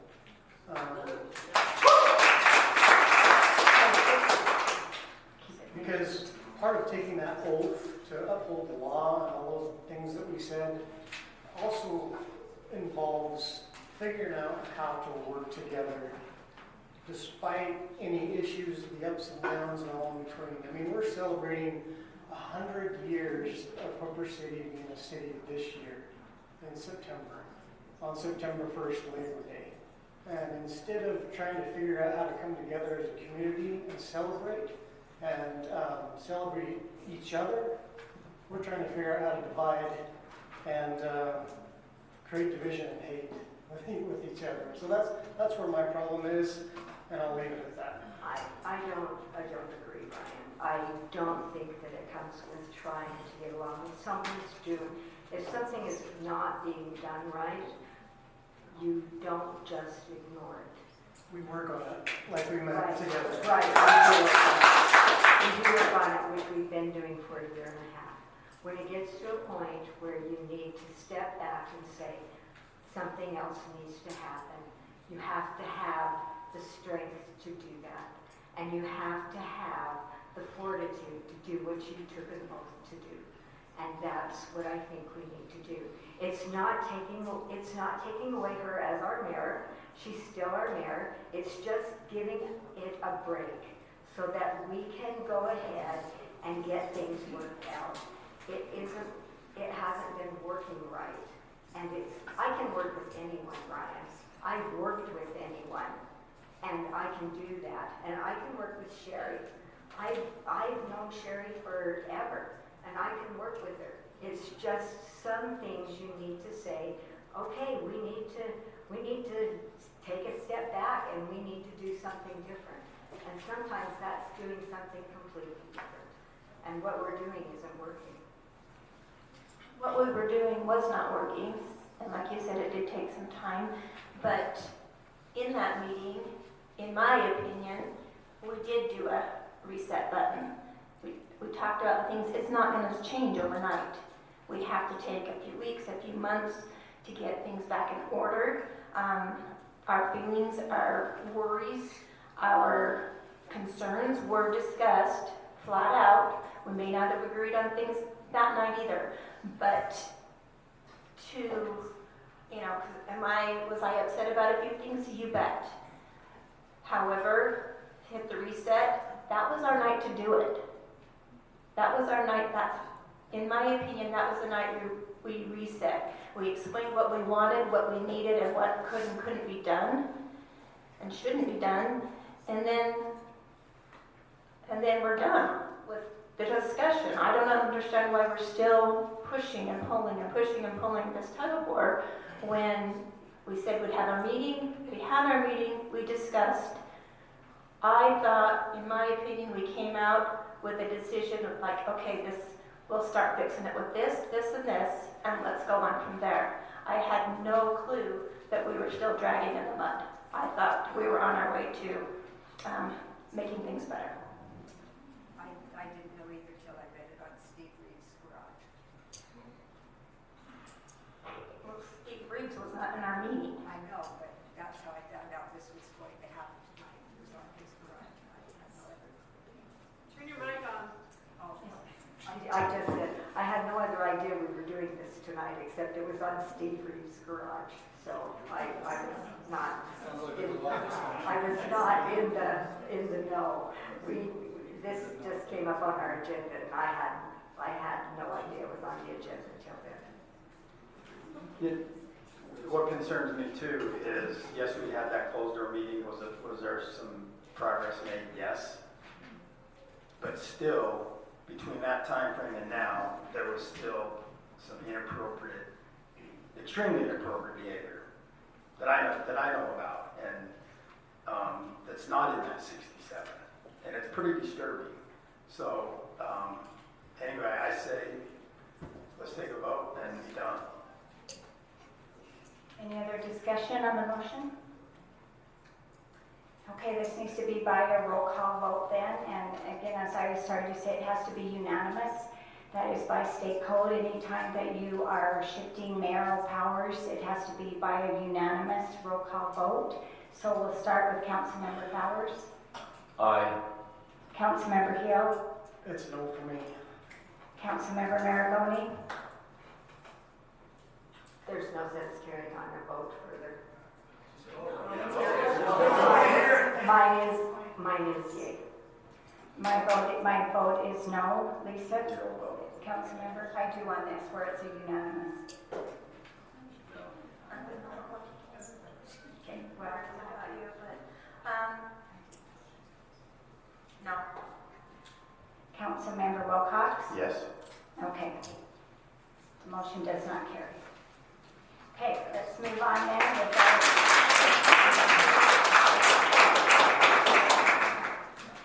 Yes, we're not going to have clapping, and we want to continue on now with the rest of our meeting. Okay, so the next thing on our meeting then is the motion of the approval of the commercial business license, the Kindercoop. And this is located at 3928 South, 5350 West. Is there someone here that would like to address this, or Malcolm, do you have anything to tell us about this?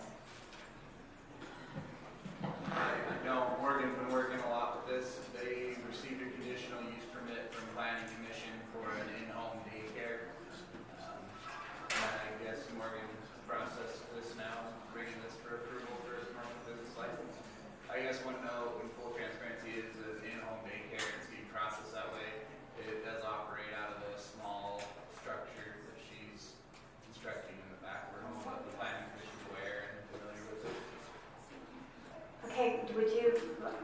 state your name and tell us a little bit about this.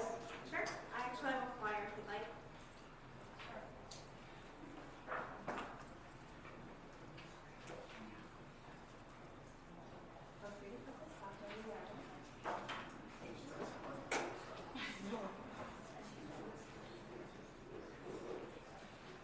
My name is Kashina Tomlin, but I go by Cash. My address is 3928 South 5350 West. I am the owner of Kinder Coop. I'm a licensed teacher, have been since 2014, and I'm offering half-day kindergarten since the schools don't really offer that anymore. They say they do, but they get a different experience. The child gets a different experience when they do half-day. It's not quite the same. I also just want to bring back a lot of play and a lot more hands-on indoor-outdoor experiences so that kids can be kids, but I'll also blend in standards-based education. Okay, thank you. Does anyone have any questions for her?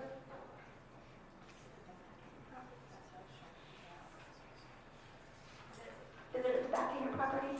It is. We just poured the footings today, actually, so it's an exciting day. It'll be a 25 by 30 building. We'll have a bathroom, walk-in closet, a sink, you can wash your hands, lots of cabinetry, and I'll only have 10 students. So it's about 750 square feet, and it will be heated and cooled. I've read through all of your information, and it seems like you're very well prepared, and you know, you have the required certifications and stuff that's needed for this project. Thank you. I definitely do. Okay, does anyone else have any questions? Okay, thank you. Any discussion on this as a council? If not, I will entertain a motion to approve. I'd like to make a motion to approve the commercial business license of the Kinder Coop located at 3928 South, 5350 West. Okay, the motion was made by Councilmember Maragoni. Is there a second? I'll second. Second is made by Councilmember Wilcox. Any discussion on the motion? All in favor? Any opposed? Okay, the motion carries. Okay, the next thing on our agenda is something that we had previously approved, but we just recently received, the interlocal agreement. So you saw in your packet back on December 5th of 2024, the motion was actually made to enter into this interlocal agreement. And as I mentioned, we just recently received this. And so I wanted to bring this before you again for the approval of the interlocal agreement. This is relating to the Roy Hillside Senior Center. And if you remember at that time, then there's going to be fewer senior centers that are going to be open, and it was a yearly commitment of $4,000 from Hooper in order to, and it'll be West Haven, Hooper, and Roy for the Roy Senior Center, and that has already been a budgeted item. Any questions? In that interlocal, I didn't see a time frame, because I know we went year to year. I didn't want to get tied up into some multi-year thing. It is, it's year to year, Does it say so. year to year in there? Okay. We passed it in December, but I'm thinking they will probably be a fiscal year, but I'm not certain on that. But I believe they are, because this will be through the county who uses the same fiscal year as we do.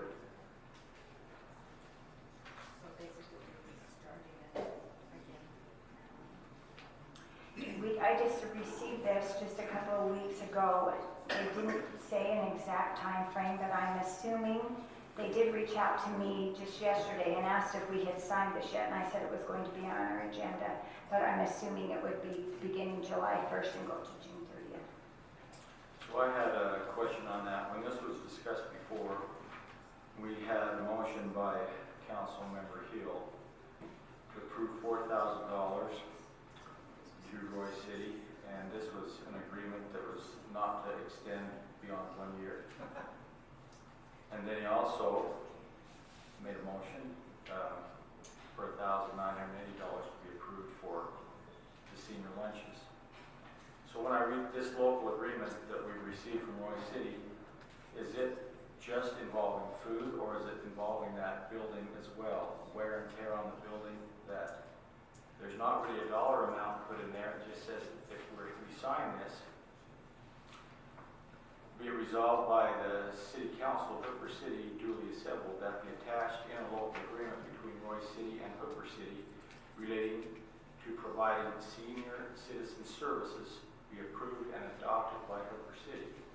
What are the services? See, Ryan's motion didn't involve services other than, as I understood it, mills. So this new local agreement we have, does that involve services if they're sitting wear and tear on chairs or tables, or see, it doesn't really identify that. So what the interlocal agreement is Roy, Hooper, and West Haven are each committing to a $4,000 annual for their senior center. It won't be more. That is the maximum that we will pay is $4,000. So if there are additional costs to their senior center for wear and tear, they will be responsible for that. Our financial commitment is $4,000 annually, and that is for lunches to be provided. So I'll try to answer your question. Section 1 of the scope of the agreement, number 2, says the cities agree that this agreement is not intended to cover all costs associated with the facility, but to provide a portion of compensation in relation to those services utilized by residents of Hooper. Roy is also pursuing similar agreements with nearby communities whose residents frequently utilize the services. So the $4,000 doesn't cover all the costs. I think Roy is pitching in quite a bit for us on our behalf, but all they've asked us for is the $4,000 to provide services, meals, entertainment, a place to just go belong with other people. I think it's a value to our community to do that. Yes, that's correct. Roy has quite a substantial budget for this, in addition to this $4,000. So yes, but that's what ours was the $4,000. Mayor, do you have the numbers of our citizens who attend that facility? You know what, one time I did. We really do have quite a few. I was surprised. They had me help serve at Thanksgiving, and I think I mentioned that in December. That time I had a count, and now I don't remember exactly what it was, but we really do have quite a few residents that attend. And it's not, they have an activity every day, so they're only asking us for the $4,000, but we can, our residents can participate every day. Any other questions on this from the council? Okay, so is there someone then that'll make a motion to enter into the interlocal agreement to Roy Hillside Senior Center? So one question I did have was, do we have to re-approve this agreement annually? Because If not, then it is open-ended. I mean, that's a concern I have. Yeah, we had answered back to them that we would only do a year at a time. And we can make sure that we have that on here, that it is for a 1-year agreement. Because that's what we did agree to, was 1 year. And I'm pretty certain somewhere it did say 1 year. I think that was when we did that back in December. Yeah, it was. Yes, I know when Reed reviewed this, we always have him review all of our contracts before anything, and he didn't have any, he said, well, we've already approved it. He didn't seem to have any concerns with this for the 1 year. If it's not in there, just in the motion, we'll visit it annually, each year, each fiscal year, we'll redo it. Because I didn't see it in there, but maybe it is, I don't know. That's a good point. In the motion, it could be made for a 1-year contract.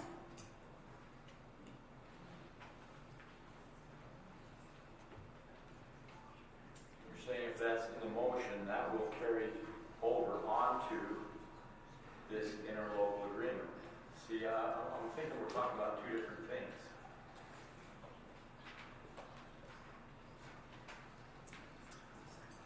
was kind of my question too. Why do we need an interlocal agreement and a resolution? Should it just be one? So the interlocal agreement is between us and Roy. The resolution has to be for her passing the resolution for us saying that we are going to do the interlocal. I think it's the same thing that anytime, even like we passed to have the rates increased, but then we also had to have a resolution. So, Could we clarify that before we? Reed wrote these up for us, correct? yes, Reed So- gave these to us. so we're He's the good. one that sent these to us. We're good then. Yeah.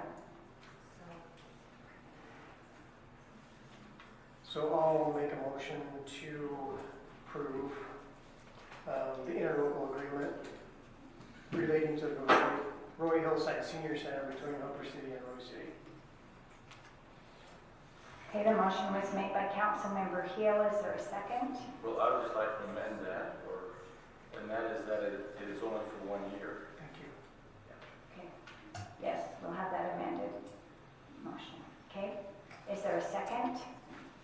Second it. Second is made by Councilmember Northrup. Any discussion on the motion? Okay, all in favor? Aye. Any opposed? Okay, motion carries. Okay, then the next part of that then is the resolution, which will be 2025-04.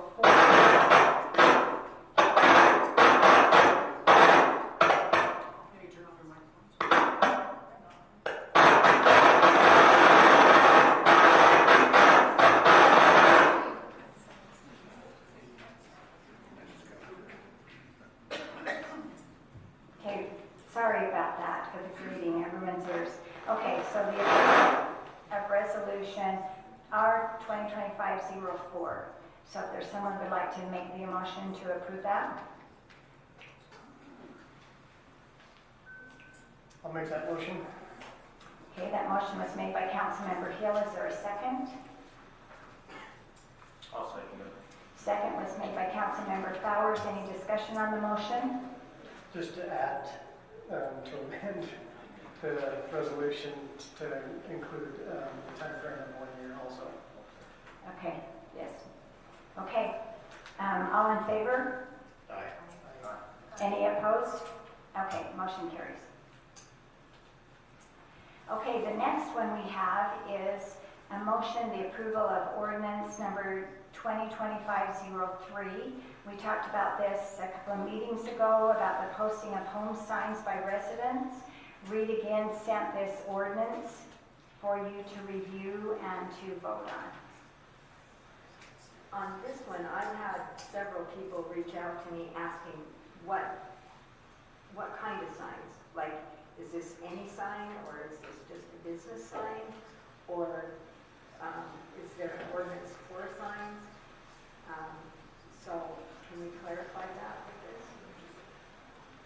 It talks about the details in the resolution. Right, but it doesn't, it's just nameplate and home occupation signs. So should we add other signs, or just have it be for home occupation signs? Or should we have a separate one for signs?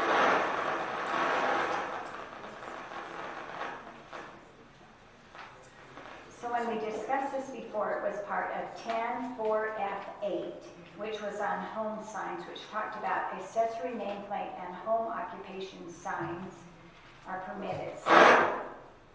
So I believe this has to do with home occupation signs. Or should we do that for other concerns? Signs? Or should we try and go on this? We can't hear your mic on.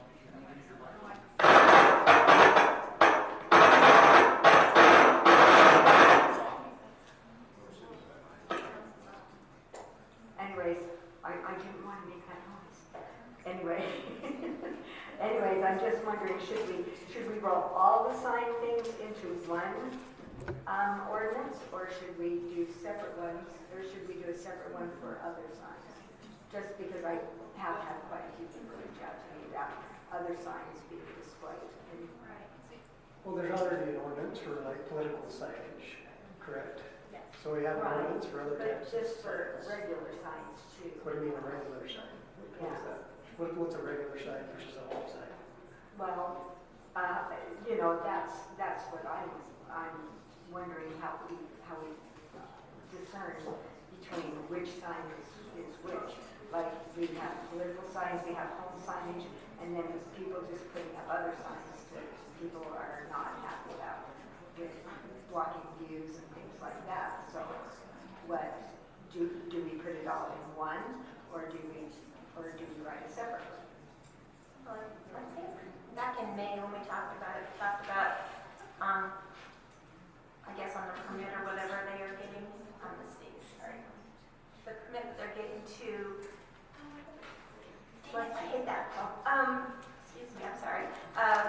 When they come in and get the permit to put their, make a business, Right. they would need, if they're planning on putting up a business signage at their home, they would need to fill out that permit as well. And on that permit, it tells them, like, on quarter acre, what size, on half acre, what size. We decided it would be best probably to have it based on the property site. Right. And then placement of it. We talked a little bit about lighting. I don't know if any of that's on a permit per Right. se, or if that needs to be here as well. Is that basically what you're saying? Well, basically, like if they want to put a sign up that, such and such farm or something like that, and someone doesn't like the size of it, it's not actually a business Well, kind of like when sign. they did the 100-year. Yeah, Farms. it's Was not it like big? a business Yeah. sign, but it's just a signage. So does it apply to this particular ordinance, or is it on one of its own? That's the question that I don't have for them.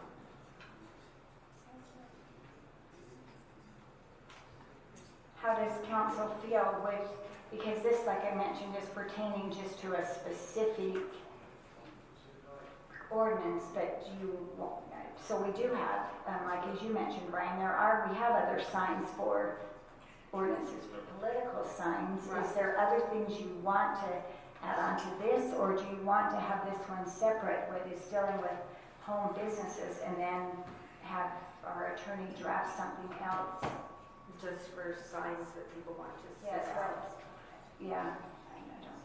I think maybe that would be a good idea, that we could just have a separate one for just, miscellaneous signs, something of that nature, that we can do that. And that would be easy enough to do, so, I'll talk to you and see if we can just draw up something easy that we can all discuss something and do that, so we'll see how that goes. And then there would be something that would come out, and we don't have to lump them into one. Is that okay with you guys? I'm just trying to think out of the box. I mean, signs, we think of signs, so many definitions, is it a marquee, is it a flashing electronic sign, is it a handwritten sign, there are so many Right. And we're avenues to go getting down. so many, such diversity out here, and we're getting so many different things coming to the city that, people are asking questions about what we have and what we can do, and so. I can already think of a couple examples that would violate this ordinance as I drive around town, so, yeah. So I thought maybe we ought to just maybe look at something, and, because definitely, like some of the people that they have a little farm or something, not the 100-year farms, but, That's where they sell things and stuff. farm and stuff, they need a little bit of sign in this. So just something that I thought I'd bring up since I've had people questions about it.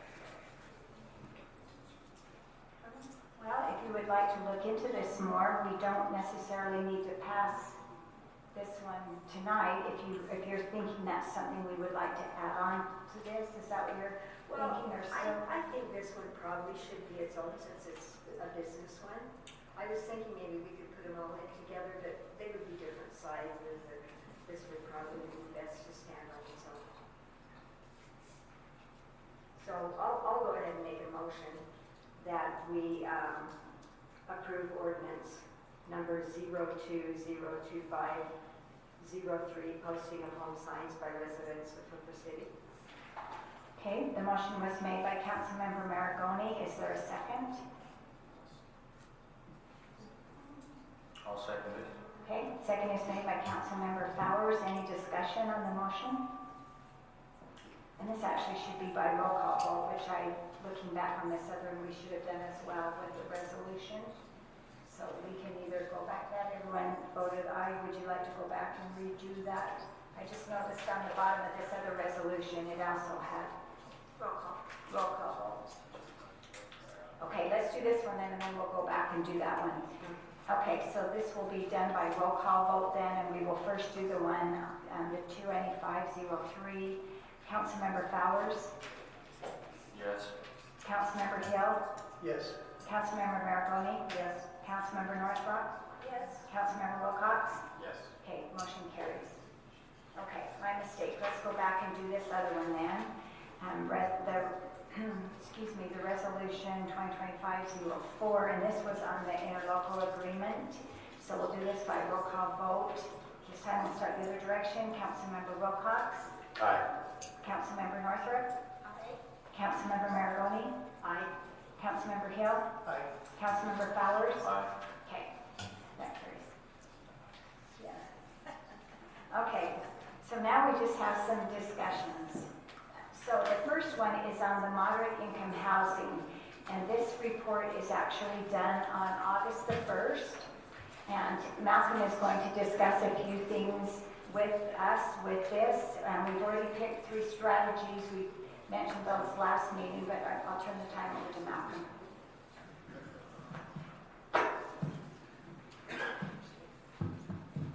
Just like Sherry mentioned, the moderate income housing report will be due and we'll complete it on August 1st.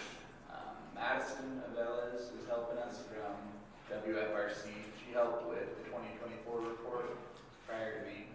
So she's helping us work through it and kind of helping me grasp what's been done so that we can transition and be a little bit more proactive next year would be the hope. In terms of the 3, before the 3 strategies, we've collected all this initial preliminary data here in-house and we'll provide that to her so we have all of our, different lots and the availability and our ADUs and things of that nature. That all looks good. With the different strategies, we have the 3 as mentioned by Sherry. Really, the last couple weeks working with her, I've just been identifying for her the efforts that have been made towards those strategies. So for strategy E, which concerns ADUs, really just highlighted how many we've had. We had 5 this year permitted ADUs for 2025. These are detached ADUs. We also have a recommendation from the Planning Commission to increase the allowed size or the maximum size for oversized structures and ADUs that we'll bring to City Council to the next meeting. So you guys can work on that. We're hoping that those efforts show that we're serious about our ADUs. It seems to fit our city's profile well, and we have large lots, and we like the way our ADUs have worked out. So that's been a good strategy.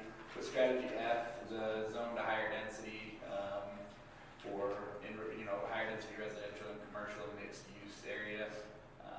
We really just kind of worked on identifying. We've done good effort on that as well. The Planning Commission recommendation for the rezone of the Smiths, which you guys have put a lot of effort into as well, identifying how that would look and what we want that to look like. And so those have been some good efforts there.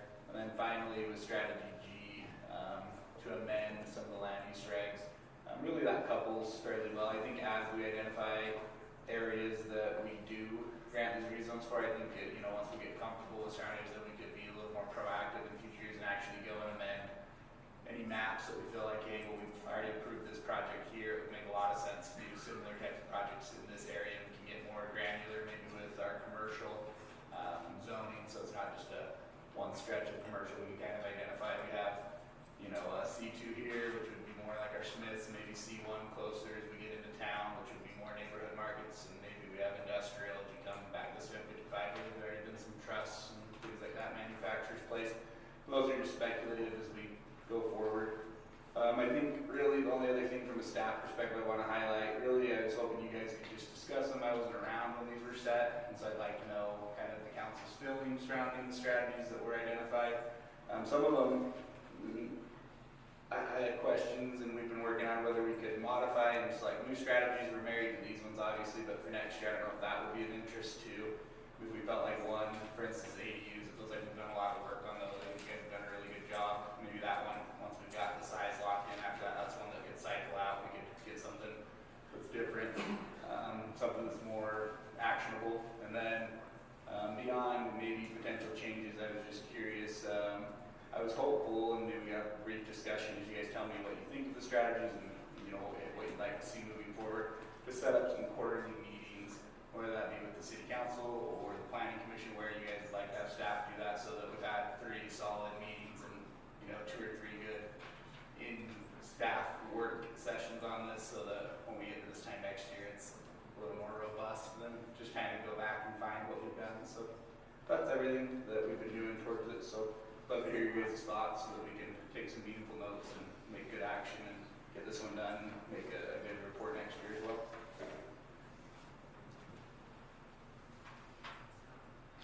Okay, does council have any questions, suggestions on this? I know as I think talked about at our last meeting, these are ones that we're working on, and as long as we're showing that we are making progress, like Malcolm mentioned, maybe next year we might want to look at some new strategies. But does anyone have any questions? Can you send us maybe a list of the available strategies? Maybe what's realistic for us to choose from or deviate to? I will send a list, have it all spelled out so we can all review them.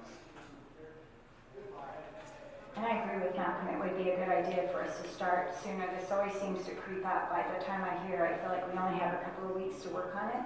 So this would be a good idea to even start at the end of the year or even at the beginning of the year to start looking at those strategies and which ways we would like to go with those. Okay, any other discussion on this? Okay. The next item we had then was a discussion on the budget for community events. And I went through and typed up, and you probably saw that in the packet. I went back through and I went back as far as I could find the actual financial statements that were in the office. One thing that was interesting to note, and when we get our financial statements, these are for fiscal years, and one thing with Tomato Days that makes it a little bit difficult, especially with our reporting, is our fiscal year is, of course, from July 1st until June 30th. Sometimes we get sponsorship money in though prior to that, even though the event, so some money comes in one fiscal year. Our event actually happens in the next fiscal year. And so it's just a matter of trying to coincide. And so Cammie provided us with some numbers, and so I went through this. I know there was some concern about last year. If you go by the fiscal year, which we have always reported, we're in line where it has been. If you go by the calendar year, then it looked like we were off. But again, if you go by from a January to a December, it doesn't always account for everything in there. So anyway, and I also listed the Easter egg hunt and the Halloween haunt. And one thing we talked about is having the health fair every other year, so we can make sure we have everything there ready that our residents need. We will still have the flu shot clinic, though, so I don't know if there's any questions, discussion you want to have concerning this. Yeah, I've been looking at ways that, I know we passed the budget, but we were told that we could amend it. And so I've just been looking at things and ways maybe that we could take a little bit of money out of it and say that because we've been told that we're in such a bad way, and that at home with my budget, if I get tight, I try to look for ways to cut money. And so this was one of the things that I thought we could, because we did get a $50,000 grant. I didn't feel that we needed to expend as much money this year. on Hooker Tomato Days, since we did have some money to go in there to replace some of the money that we usually use. And so I got looking at it, and we have, I mean, I just have the ramp grant money allocation that's been projected. So I'm sure that it's completely different than what you've got planned. And that, but I have that. But there are some areas that I feel that we should be able to cut back on. I was really surprised that I got a letter from one of our from our accountant, an individual, that said that our city is actually in a good place and that we didn't need to cut anything. And so that surprised me. Do you have that pulled up? Yes. I think it'd be appropriate to read it. Okay. He just said, I understand there's a request to amend the budget for the year that just started and consider cutting Tomato Days budget. However, the financial statements and budgets of the city illustrate good financial positions, contrary to cutting programs. Accordingly, I recommend not making significant changes at this point, as the finances are well managed and we are only 16 days into the budget year. And then he has below a table showing revenues in excess of expenditures. The city even transferred $935,000 of unrestricted money from the general fund to the capital projects fund to stay below the 35% fund balance upward limitations in the state. So there is an amount of money that we cannot keep above that we have to transfer into another fund, and we had that much over that. The city's 2026 budget does not plan to use accumulated fund balances that are restricted, does plan to use them for roads, but there is an unrestricted transfer budgeted to go from general to capital of $429,478. There are studies budgeted and capital expenditures budgeted in the capital fund and sewer fund. The sewer, stormwater, and garbage funds need to stand on their own. So he's basically telling us that we're funded and that we're okay. And I don't need to worry about cutting back on Tomato Days. So I thought that was interesting because I've been really concerned about that. I've laid awake at nights worrying about our financial status. And I still am. But that's why I was looking at areas, because maybe Tomato Days has gotten a little too big for us and gotten a little out of control. And maybe we need to cut back to be a little bit more for Hooper instead of more for everybody that seems to come to it that isn't really Hooper. And I missed Tomato Days. That was where you met most of our neighbors. But anyways, that's just something that I thought maybe we could look at taking a little bit of money out and putting it back into our fund. So that was, it was just a discussion I thought we should bring up, that maybe we're not in as bad of a place financially as we think. And I think you're doing your assignment, your job, because when we're over budget, like there's been a narrative out there that we're going to get annexed, we're gonna this and this is going to happen to us. That's not so, but it's kind of unfortunate that it took us or you to request to amend the budget to get our accountant to say, hey, look, we're solvent. Yeah. We're budgeted. We're gonna be okay. So the narrative where we're getting annexed and stuff is not correct. Right. So if we just be fiscal and grow responsibly, we'll be okay. Yes. So I thought that was good to know. It was information that I found good to find out. And we can always watch our money. I mean, I'm not saying that we're riding free and that we can spend whatever we want or whatever, but we aren't going to be annexed by Roy anytime soon, and we still need to watch what we spend. So that was just something that I thought was good, and I still would like to maybe cut back a little bit on tomato days, just because we did get a substantial amount of grant money that we could stand to cut back a little bit on it. Maybe have a discussion about that, and whatever the council thinks. Well, thank goodness we do get ramp grants, and most importantly, we get sponsorships. Yes. I mean, if it wasn't for sponsorships, we wouldn't have tomato days, because the city's not gonna pay for it. And so, without all those great sponsors that we have, we wouldn't even be having this discussion. So, Right. I mean, I'm looking at the last 8 years of tomato days, and every single year we've broke even or been in the black, and so we've never gone in debt for tomato days. We do, I mean, there is a lot of money that comes out of the general fund for tomato days that,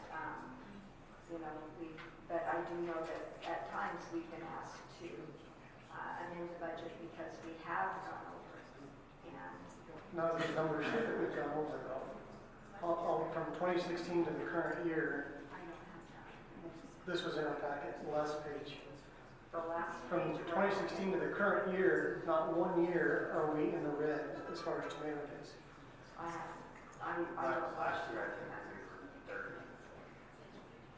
And again, that's why I was explaining, it depends if you do fiscal year or you do calendar year. So it showed that we didn't break even when you do calendar year, but when you do fiscal year, which is what's in this we get every year, then we have not.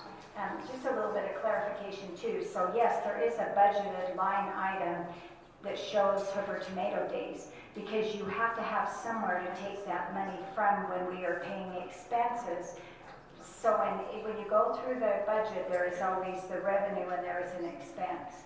So if we didn't have a line item in our budget that said Hoover Tomato Days, when we had an expense that we had to pay for, we wouldn't have a line item to take it from. That doesn't mean that we end up using that budget money, because when we end up depositing then, everything we get from Tomato Days, that goes against it, and that is a revenue. So I don't know, that probably didn't make sense, but that's how it was explained to me years ago. There has to be revenue, there has to be expenses, so it has to be a line item. So on the budget, they have somewhere to put all of those items against. And one thing that we are going to start doing as of this year, we are going to have a separate account. So if we do, like we have over these past years, and we have money, that it will actually go into a Hoover Tomato Days account. Because we feel like like Ryan mentioned, we have so many generous sponsors that will donate to Hoover Tomato Days as a sponsorship, and we want them to feel like that is being used for Tomato Days. If there's money that we come out in excess of revenue, that it just doesn't go into the general fund. Right, and I have a list of, I have a list of proposed vendors and things, and they are generous, but the bulk of the money does come from the city and things, so it's good that we make the money back, so. But one thing we've always tried to do with Tomato Days, and everybody that's been there, we have vendors, that is one way that there's income, and we've tried to make sure that our expenses always meet what we have. So, for example, if you've been to the rodeo, that's one of the few things that we sell rodeo tickets for, and so we've figured out how many rodeo seats, and then we know we have that much money that can go towards the rodeo.